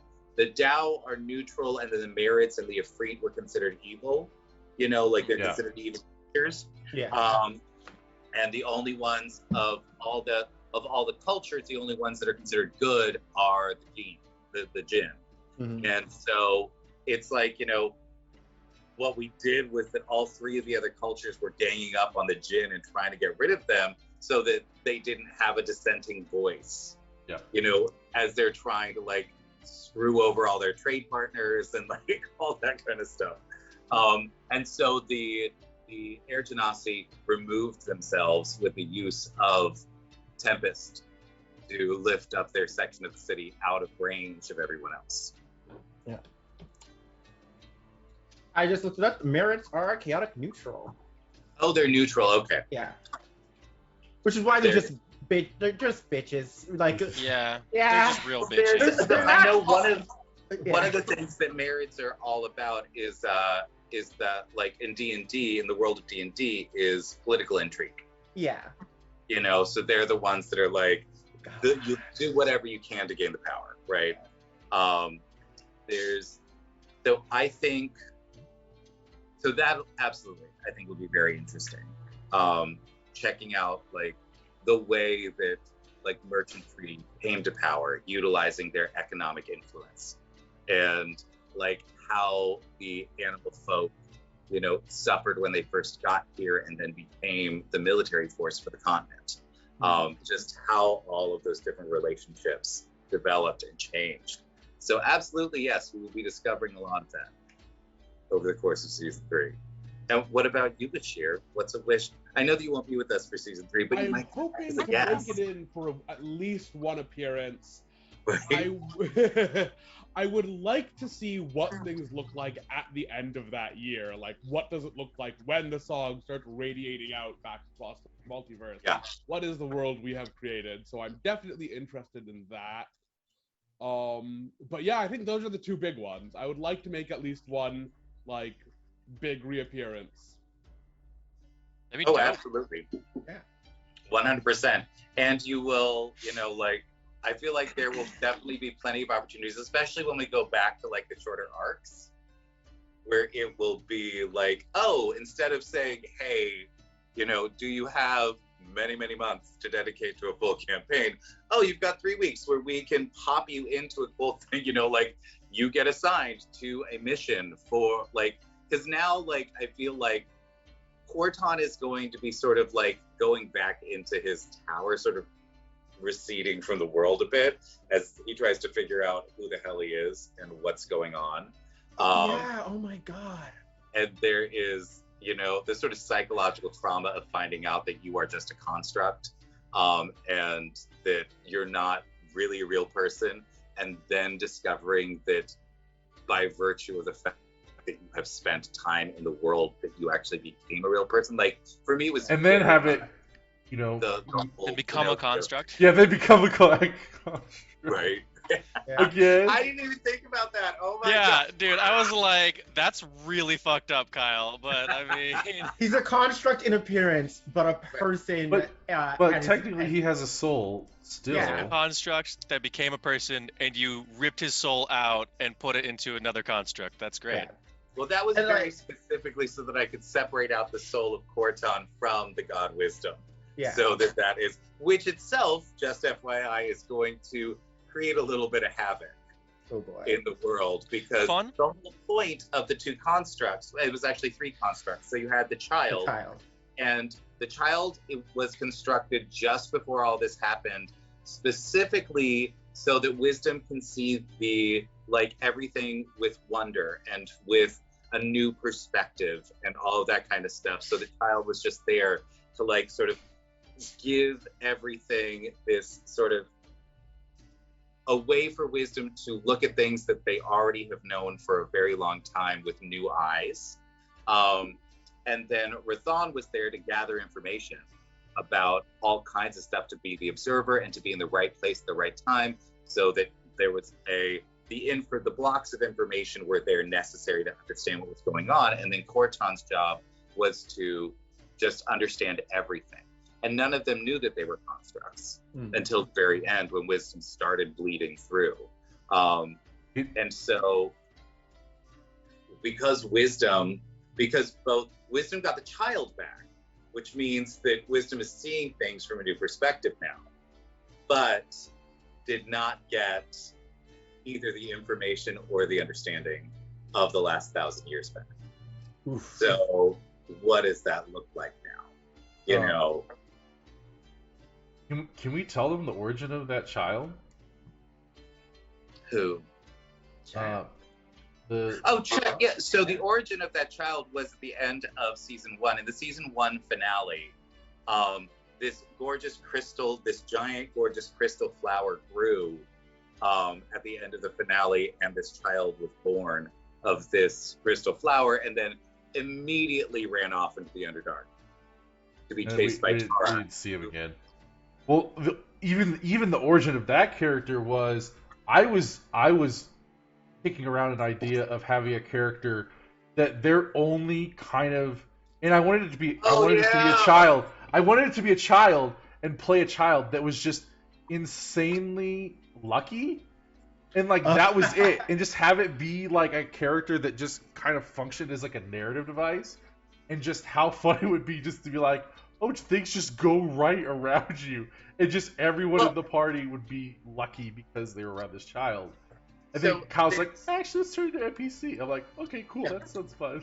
And the thing is that there is a character in a show that I adore. Have you ever heard of Dirk Gently's Holistic Detective Agency? Mm-hmm. No, but that sounds completely made up. It is so delightful. You pulled that out of your ass. Made that right up, now. dude. It's pretty great. It's by Douglas Adams, who wrote The Hitchhiker's Guide to the Galaxy. Oh right? yeah, I love that, Okay, dude. okay. And what it's about is about all of these creatures, or all these people that are holistic in some way, meaning that they are always exactly where they're supposed to be to do their tasks. So Dirk Gently is the holistic detective. So he will suddenly appear, he'll just end up in a restaurant randomly, and suddenly his next case appears. And then he has to just be places and talk to people so that he can put together clues, but he doesn't know what the case is. He doesn't know what the clues are. He doesn't know why he's Oh, in yeah. prison and things like that. But in the end, he always solves the case because he's always in the right place at the right time to get all the right clues and put it together. The thing is that the child was being modeled after Bartine, who is also known as Bart. She is the holistic assassin, and her job is to murder people. And the thing is that the universe will not allow her to be hurt.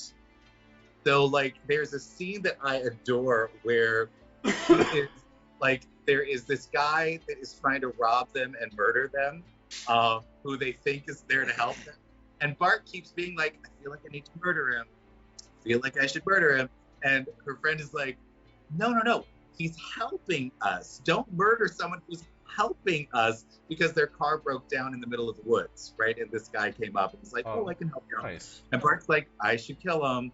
And then at the end, like, you find out later on, like, this guy's like, I fixed your car. Now I'm going to kill both of you, take all of your stuff, and take this car to a chop shop.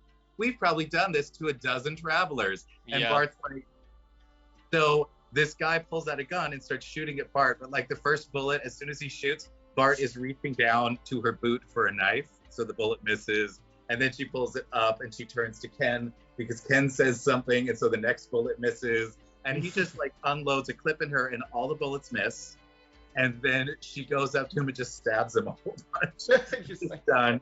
And then she picks up the gun because Ken's like, wow, what is going on? This is crazy. And she pulls the gun, loads it up, spins it around, and is like, click, and the bullet's a dud. And then shoots the gun off, bang, it's live, dud, live, dud, live. And the whole time she's like, I can't get hurt.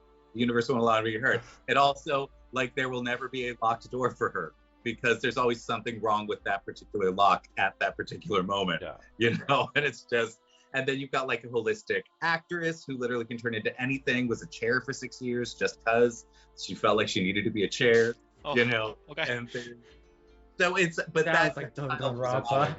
Or it reminds me of the Bill Murray, The Man Who Knew Too Little. Yeah. Oh yeah. That movie's so fucking funny. Wasn't there one where he was Elvis? Like he went back in time and he was Elvis or something like that? Oh God. Oh, That's fine. That's just Yeah, was crazy. but that's the origin of the Crazy. kid. I was like, can I play that character? And he's like, No. No, but no. but then we're like, we'll make an NPC, and then you're like, what if it's the God of Wisdom? And I'm like, oh, that's so cool. that's where that whole thing started. And then when Omar came on and was like, I really just want to be like sort of wandering around doing the things, and I was like, okay, here's the second aspect Okay. of wisdom. Because from day one, from like when we started the campaign a year ago, Corton has always been an avatar of the God of Wisdom. That was always where that was going to go, you know. So, but then getting the child and then getting Rathan in there was like perfect, because another secret about season 3 is you are going to be meeting Wisdom's sister. Ooh. So Wisdom Do you have a name? is Like Charisma? smarts? are they hot? so Are they- Wisdom. Shut the fuck up. Wisdom Sister Speak Two lit like Listen, hey, I'm priorities. single. Yeah, priorities. No, like, Apparently now, Hey. you know what? I'm gonna make you flirt with Gorf now. Like there's Okay. there's- listen, So Gorf you've is a got- literal bear, okay? TBH? right. I mean, There's no, so you've got the child, the adult, and the sort of and the elder in Wisdom. What is the other triptych god classically? The mother maiden crone. Yeah. Yes, Yeah. Fate. I can't and wait. Fate are siblings in this universe. That is So awesome. at some Oh. point, you're going to be meeting Fate, and you will be learning just what relationship she has to your whole situation. I have another question I just thought of. You Well, said first, yeah. we're going to actually look over at Shadane and say, what's your Hi. wish? That's right. Oh, hi, I'm Amanda, I'm here. gonna need you. I know that you are just a messy bitch Yeah. that loves the drama, but I'm gonna need you to stop jumping up in everyone else's scene for a minute, Okay. please. I'll do my best. I get excited. Yeah. What is your Right now, a major thing that I know is on Crow's mind after especially once again, the penultimate episode of like season 2 did a lot, and one of the things is it gave Crow insight into the god of survival, and the fact that he was the embodiment of true neutral. He just did he was like, I described it earlier to myself as like a game dev who only existed to make a patch when the meta grew stagnant. If someone made their way up to the top and was like basically content for too long, he was just going like, oh yeah, no, changelings are not needing to struggle to survive. Fuck that. Plague on changelings. Boom, bada bing. And so he just kind of came to that realization that, Thrall's not a great guy. Really, all of the orcs have been displaced throughout all of the other continents and still kind of have reverence to him. And perhaps I should make it like my duty to kind of like go around and show them that there is another way to live and like let them understand just what Thrall's perspective was on the world that they lived in and the struggles that they had. And so that's gonna be what I'm gonna try and have Crow be focusing on. Absolutely. So now, fun fact for Crow is there's already a group of orcs in Delver's Dream. And they've been there for a while. They are the Dreamers. So one of the ways that the orcs began to actually try to like rediscover themselves is through oniromancy. And so they started studying dreams and things like that, and they started growing herbs because there's certain herbs that grow in the swamps of Non-Ked that will help you the like fall asleep and have fabulous dreams. So essentially it's weed. Yeah. You know, there is, and so magic. They are a whole bunch of orc hippies that were wandering through the wilderness for a while, about to get eaten by a rock, I think it was. Oh God. And then I think, was it the hunters? I can't remember if it was the hunters or the Delvers that like brought them back to Delver's Dream. And they've been hanging out there ever since. And of course they love the florid Hunters. because the florid helps them grow all of their fabulous herbs. So yes, you have that. You definitely have that resource in Delvers as well. Yeah. So likely, Crow's going to, especially with the fact that Crow, by nature of his playing Touchstone, cannot stay in one place for very long at all. Probably going to take up that nomadic lifestyle, joining forces with the Dreamers to go across the continents and kind of give orcs a cultural identity again. Right? I think that's super fabulous. I love that, getting to like dig into what's going on with the orcs.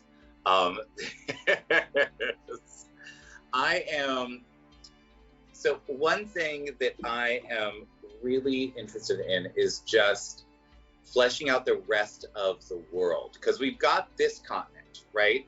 And in the Wonders of the World stream, we did flesh out another continent that is quite interesting, and because of the no more magic thing, is probably completely devastated.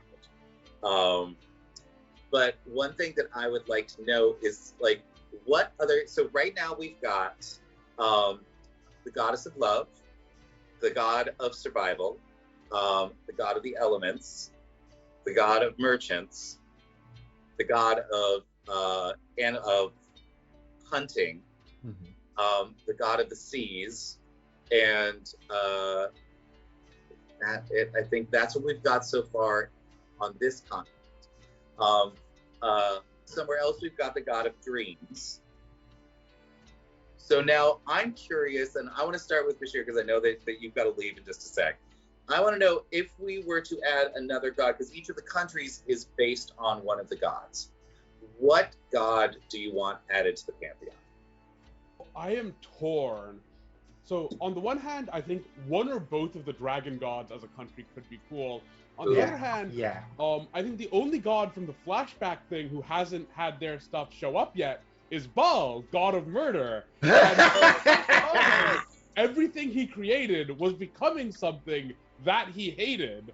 And so Baal's nation being something that Baal deeply hates would be great. That's really good. That's awesome. Yes, absolutely. Okay. No, we do. I absolutely do need to like pop Baal in there somewhere. God of murder. What does that look like? All right, fabulous. Yay. Well, thank you for joining us today, Bashir. You were awesome, and thank you for being part of the Delta stream. Thank you so much for having me. Bye-bye. Mwah. Hey, Josh, what about you? What god do you want to see? That sound a bit cliche, but some sort of god of war and a god of mischief.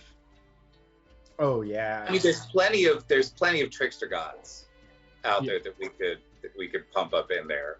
They would be. I feel like if we're including Baal, because so this continent that we have pretty much turned into, like, even with all the craziness that was going on, pretty much turned into a pretty good continent where everybody came together to try to solve the problems. And had Kilnasi not shown back up, probably even non-Ted was being influenced and moving towards being part of the larger continent, right? Yeah. I feel like it would be very interesting to have a continent that had touchstone wielders on it that was just had been super dark, went real dark. So I feel like if there's a trickster in there, absolutely Loki. Because I feel like Loki and Baal would be best friends, know? What about you, Shade? What's a god that you want to see in there? This one goes out to a god that's always been very prevalent within like my own campaign setting. And especially if we're gonna go the route of that continent being grimdark, gotta have a god of despair somewhere. The god of despair. Okay. God of big sad. Absolutely. Well, so this is one of those things that I love. I would probably just grab just straight up grab the Neil Gaiman version of Despair, which is, and probably the older version, not the newer version, but the one that died. Because the way that they were described is as this grand woman who just was one of just the most powerful beings in the multiverse, but essentially was there to help people through that. Like, her job was not to create, like, she was the epitome of despair, but her goal was to help people move through it. Not to cause it. Yeah, and that absolutely, I think, would work. That she would 100% be a part of that whole thing, where it's like, the despair feeding into like the chaos and the murder and all that kind of stuff, and her being there to sort of keep people moving through that space. I think that would be a really interesting dynamic. And what about you, Lando? That's a good question. My first thought was not the god itself, because I don't know a crazy amount. I was thinking something like, especially in response to the fact that there's not going to be magic, something that's more like tech. My first thought was like Hephaestus would be kind of interesting, and have a society where like kind of like the upgrades, like they're like constantly trying to like evolve not only like the society but themselves technologically, like that, and kind of like technomancy kind of thing. But I don't know if that's Hephaestus, but that was the only god I could think of. So 'cause of the crazy Hephaestus stuff. is the god of technology. So Hephaestus is all about um, generating new technology and things like that. And then, however, people are going to use that, Yeah, definitely. and it kind of works because I think canonically he's ugly. So, you know, So here's the thing: is that he is or at least canonically, when it comes to Greek mythology, it's not that Hephaestus is ugly. When you actually look at it, it's that he was crippled, because he wasn't perfect. Now I feel really bad. Yeah. Now I feel really I thought he was bad. just ugly. I'm sorry. Yeah. I just No, like- so in certain privilege. translations, that's how they translated it. But Which the is myth messed itself up. is the reason that the reason that Hephaestus was sort of like the black sheep of the gods was because he sided with his mother Hera in an argument that she was having with Zeus. And so Zeus picked him up and threw him off of Mount Olympus. And when he landed a couple days later, he essentially shattered one of his legs. So he's the only god that has anything wrong with that. Gotcha. Because he walks with a limp. And so, but imagine in a society like Mount Olympus where everyone is actually perfect and you are the one person where there's something wrong with you. Absolutely. And maybe that mindset's what drives the people of that society to augment themselves or whatever. And I have a perfect little throw in for what the race of that continent could be. The Simic hybrids, hello? Right? Yeah. Right? So what I am hearing now for this continent is we've got a god of technology, we've got a god of murder, we have a god of chaos, and we have a god of despair. Nice. I'm thinking the Wild West. Yes! Oh my god! That's what those four gods would have ended up creating together. Oh! It's straight up a land where there is no law. There's a little bit of law, but not a lot. Massively technologically advanced, So it could very well be that I'm going to go create a continent where they have the technology necessary to take over every place else. And you all don't have the magic to stop them anymore. I feel like that could absolutely. They just come in and start shooting people. Well, just imagine if you're used to having the shield spell. Yeah, totally. And suddenly you don't have that anymore. A gun can kill you now. You don't have mage armor anymore. These people have been. And this is the thing. I feel like that's also, it would definitely be magic would have been the thing kept them from invading up until now. Hold on 1 second. So yeah, I dog, would not be mad. I would not be mad at a Wild West continent. Absolutely not. Seems like the world's a changing. May not be a space for a new sheriff in town. Oh my God. And imagine the chaos that would be brought if you had a bunch of touchstone wielders over there. Oh boy. Oh, so I many am ideas. interested. So many ideas. This is gonna be great. All right. All right. I want to know if any of you have just some sort of final thoughts about your experience at the table. I would love to hear how you feel having been at the table now for a while. Why don't we start with you today? My introduction to the table, I actually I feel like I speed ran the transition because I did little known character. I had another character before Crow, that's right. Adrian. And you died. Yeah, You and Adrian died, fucking died.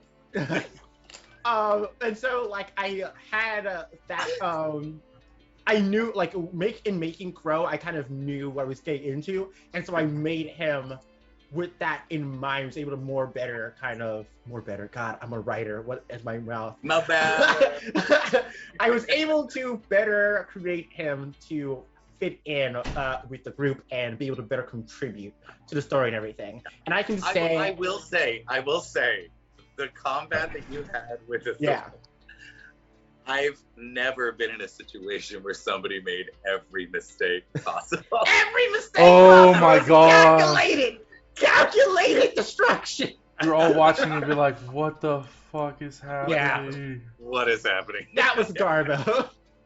But everything after that point has been absolutely wonderful. I'm so happy that I stuck around, managed to gain that rapport and trust with Kyle, because now we're able to pull off so much fucking insane. It's gotten to a point where in situations I'm just like, oh shit, Crow's down.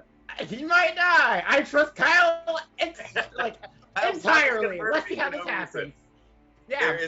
Well, and I think that's one of the big things at the table is Lando put it best when he was like, you can punch the world, but the world will absolutely punch you back. Yeah. And that there is, I will create situations where you have to think about what you're going to do. And if you make the mistakes, you'll go down.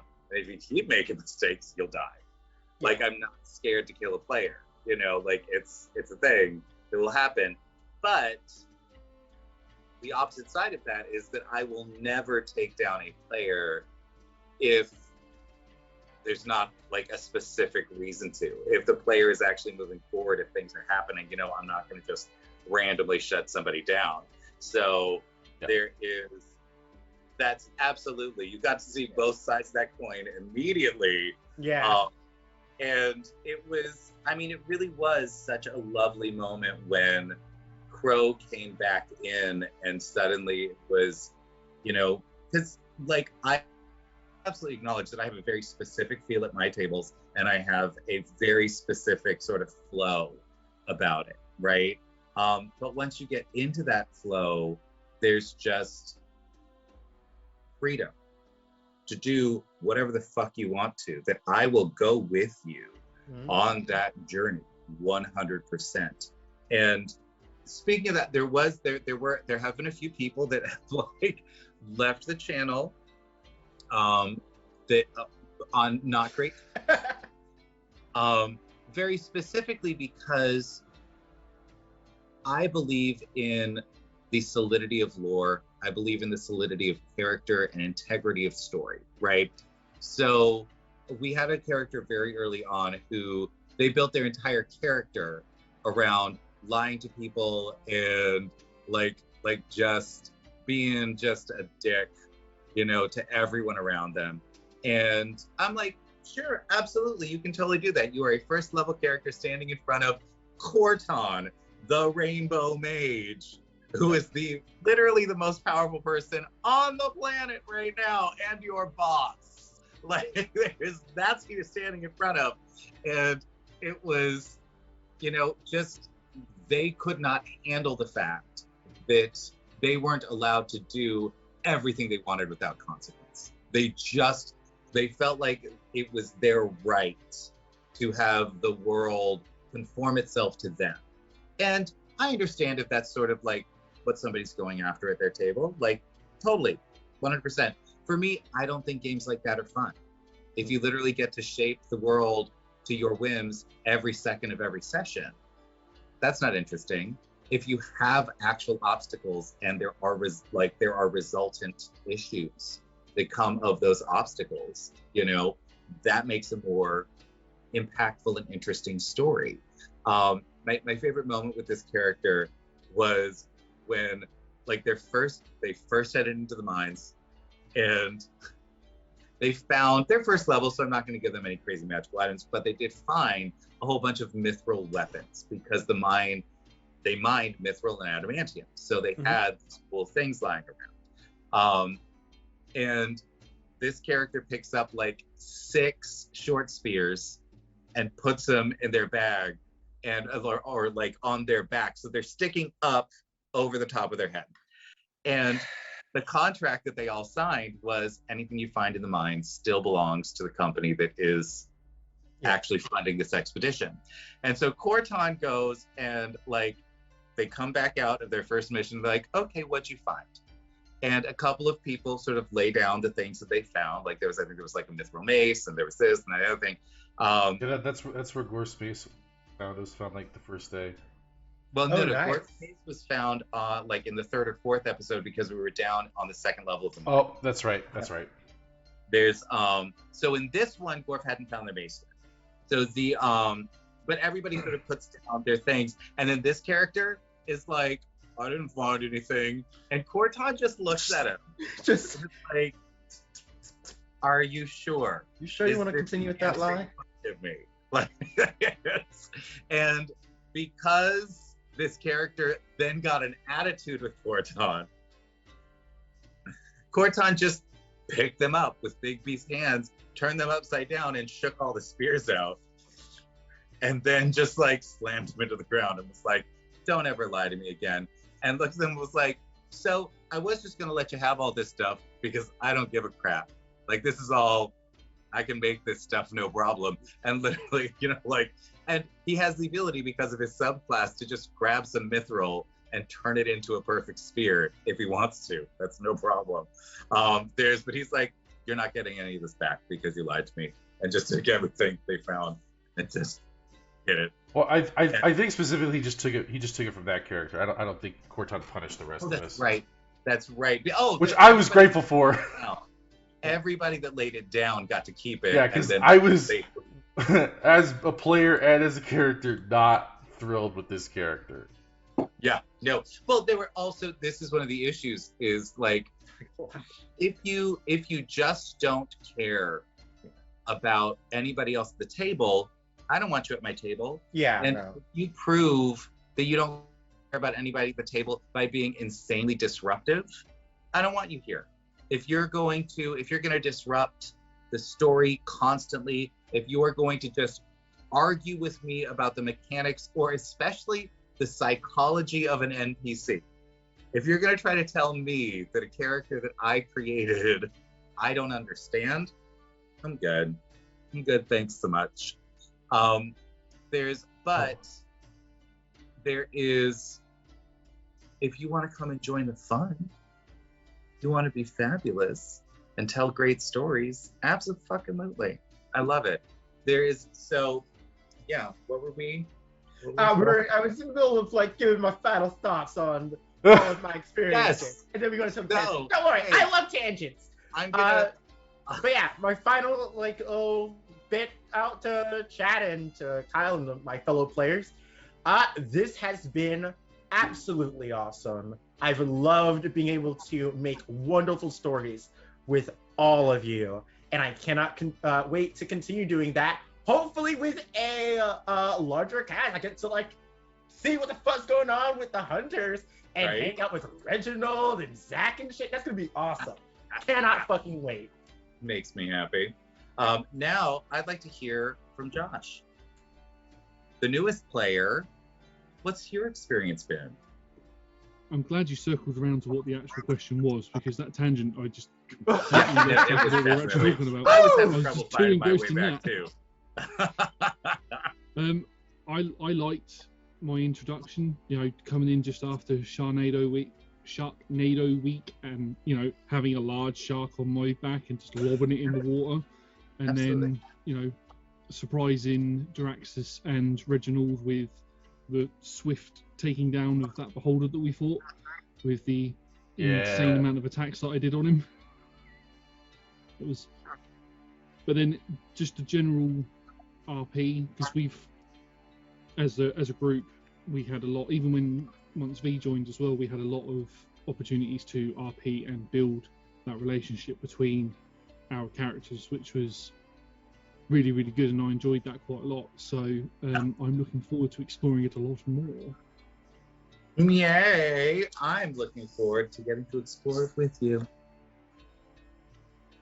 And what about you, Lando? You get the final word here. Honestly, I might have missed the specific question because my dog is freaking out. You just repeat it for me real quick? I want to make sure I know what it is. What's your experience been at the table over the last year? Yeah, so I would say that it's been a really, I would say, overall good experience for me. not only in the game itself, but how I interact with TTRPGs. You know, I actually played very, very little TTRPGs before playing at this table. Like, I probably had maybe 10 sessions combined from campaigns that started up and that just did. And I came into the table very much like thinking like, oh, this is like, you know, that toxic optimization. I think the toxic part, went away faster than Kyle did, but that's just a difference of opinion. You know, I still think that Kyle doesn't believe me when I'm saying, actually, I want to do this. He's like, no, you want it to be optimized. I'm like, no, I actually really don't. Please, just trust me. but I'm trying. I have been burned. I have been burned by you so many times. No, it takes time to earn back trust. Straight up lying to my face about your optimization. Like, so I have to say, some of my favorite conversations with Lando are the ones where I can literally see on his face an attempt to justify this in terms of his character, and it's just not. Like watching, like it's like there is a rope bridge with all of these planks missing, and I'm just trying to point. There's a hole there, Lando. There's a hole there. I want you to look at the hole. To be perfectly fair, there are definitely times where I convinced myself of my own motivations, and so like I wouldn't call it lying. I deceived myself and then tried to convince you of the thing that I convinced myself of. So the thing that I find, which is probably the funniest, depending on the day. Because if it's been a rough day or it's been a rough week or something like that, I am just this sort of stoic, immovable thing. I was like, no, just no. And but if I've got like energy and it's been a good day, then I'll be like, okay, let's have a conversation about this, shall we? Let's just. Like, why do you really want to do this? And I'm like, because I convinced in my own head that it's not because I want to optimize, but because it would be more fun or more interesting or whatever. And then, I think I've definitely moved away from that for sure. No, you absolutely have. Let me be clear. Absolutely, 100% you have. The choices that you make now very much reflect your storytelling style, and I absolutely see that. There is, and but I think that there is, I think it's something that I want to see in the industry as a whole, and I'm trying to model the behavior, be the change that you actually want to see in the world. Yeah. It's just no toxic optimization. This is a storytelling game. Yeah. The choices that you make as far as your character are concerned should always be in service to the story that you're trying to tell with this character. Now, if your character is someone that has studied the martial combats, this one style forever, totally fine. If that is the thing that you want and that's your whole personality, great. But you got to be able to play that as a character. And well, I feel like it can be interesting, but most people don't want to play what that character would be, which is super not charismatic. Like the only thing you know how to do is this series of moves. Or be dumb. That's right. Honestly, I like playing dumb characters because, I again, as someone with ADHD, I have the ability to be smart, but oftentimes it doesn't often happen. And trying to force myself to be smart and do smart decisions all the time is exhausting. So I'd rather just play into the dumb decisions. And I'm exactly play into your strengths. It's so funny. I cannot play dumb characters because I always want to see like the best way or the most interesting way or the most fabulous way to solve this problem, and having to then be like, oh no, I see 4 different ways right now that we could solve this really interestingly, and then having to be like, okay, pull it back. I guess I'm gonna do this dumb thing instead. Like, I also think playing dumb characters has helped with my toxic optimization because I'm like, well, Gorf, like strategically, again, like we use the example of the blood golem. The blood golem was not like, I mean, it was a threat, sure, but it wasn't like the main thing. But Gorf was like, that's my blood, give it back. You know, Right. like it's so it kind of was like, oh, just that's just the decision. There wasn't a choice for Absolutely. me. It was like that's what he would do. I feel like Gorf would absolutely think that if he ate the blood golem, that he'd get those Yeah. hit points back. Like, No, I that's exactly how I played it, and I was like, oh, it's perfect because he's eating it. If it had been like a cut, he would have tried to like shove it into his body, right, right. but it was his mouth, so he still tried to eat it. Well, it's been a joy having you at the table for a year. I appreciate it. I would like to say, let's do a little dice raffle here. So everybody hit exclamation point Yeah. raffle. And we will give away some fabulous Phoenix dice. Maybe I'll win this time. I entered earlier, didn't I? I feel like I did. Yeah, you did. Yeah, you made a point. All right. Yeah, fabulous. All right, we're there. And then after we figure that out, then we are going to raid into Mindari, who's part of the Rolling Together stream team and is doing some world building today. Ooh. That's super delightful. So I'm very excited about that. And I want to thank both of you, Josh and Shadane, for being here today and hanging out.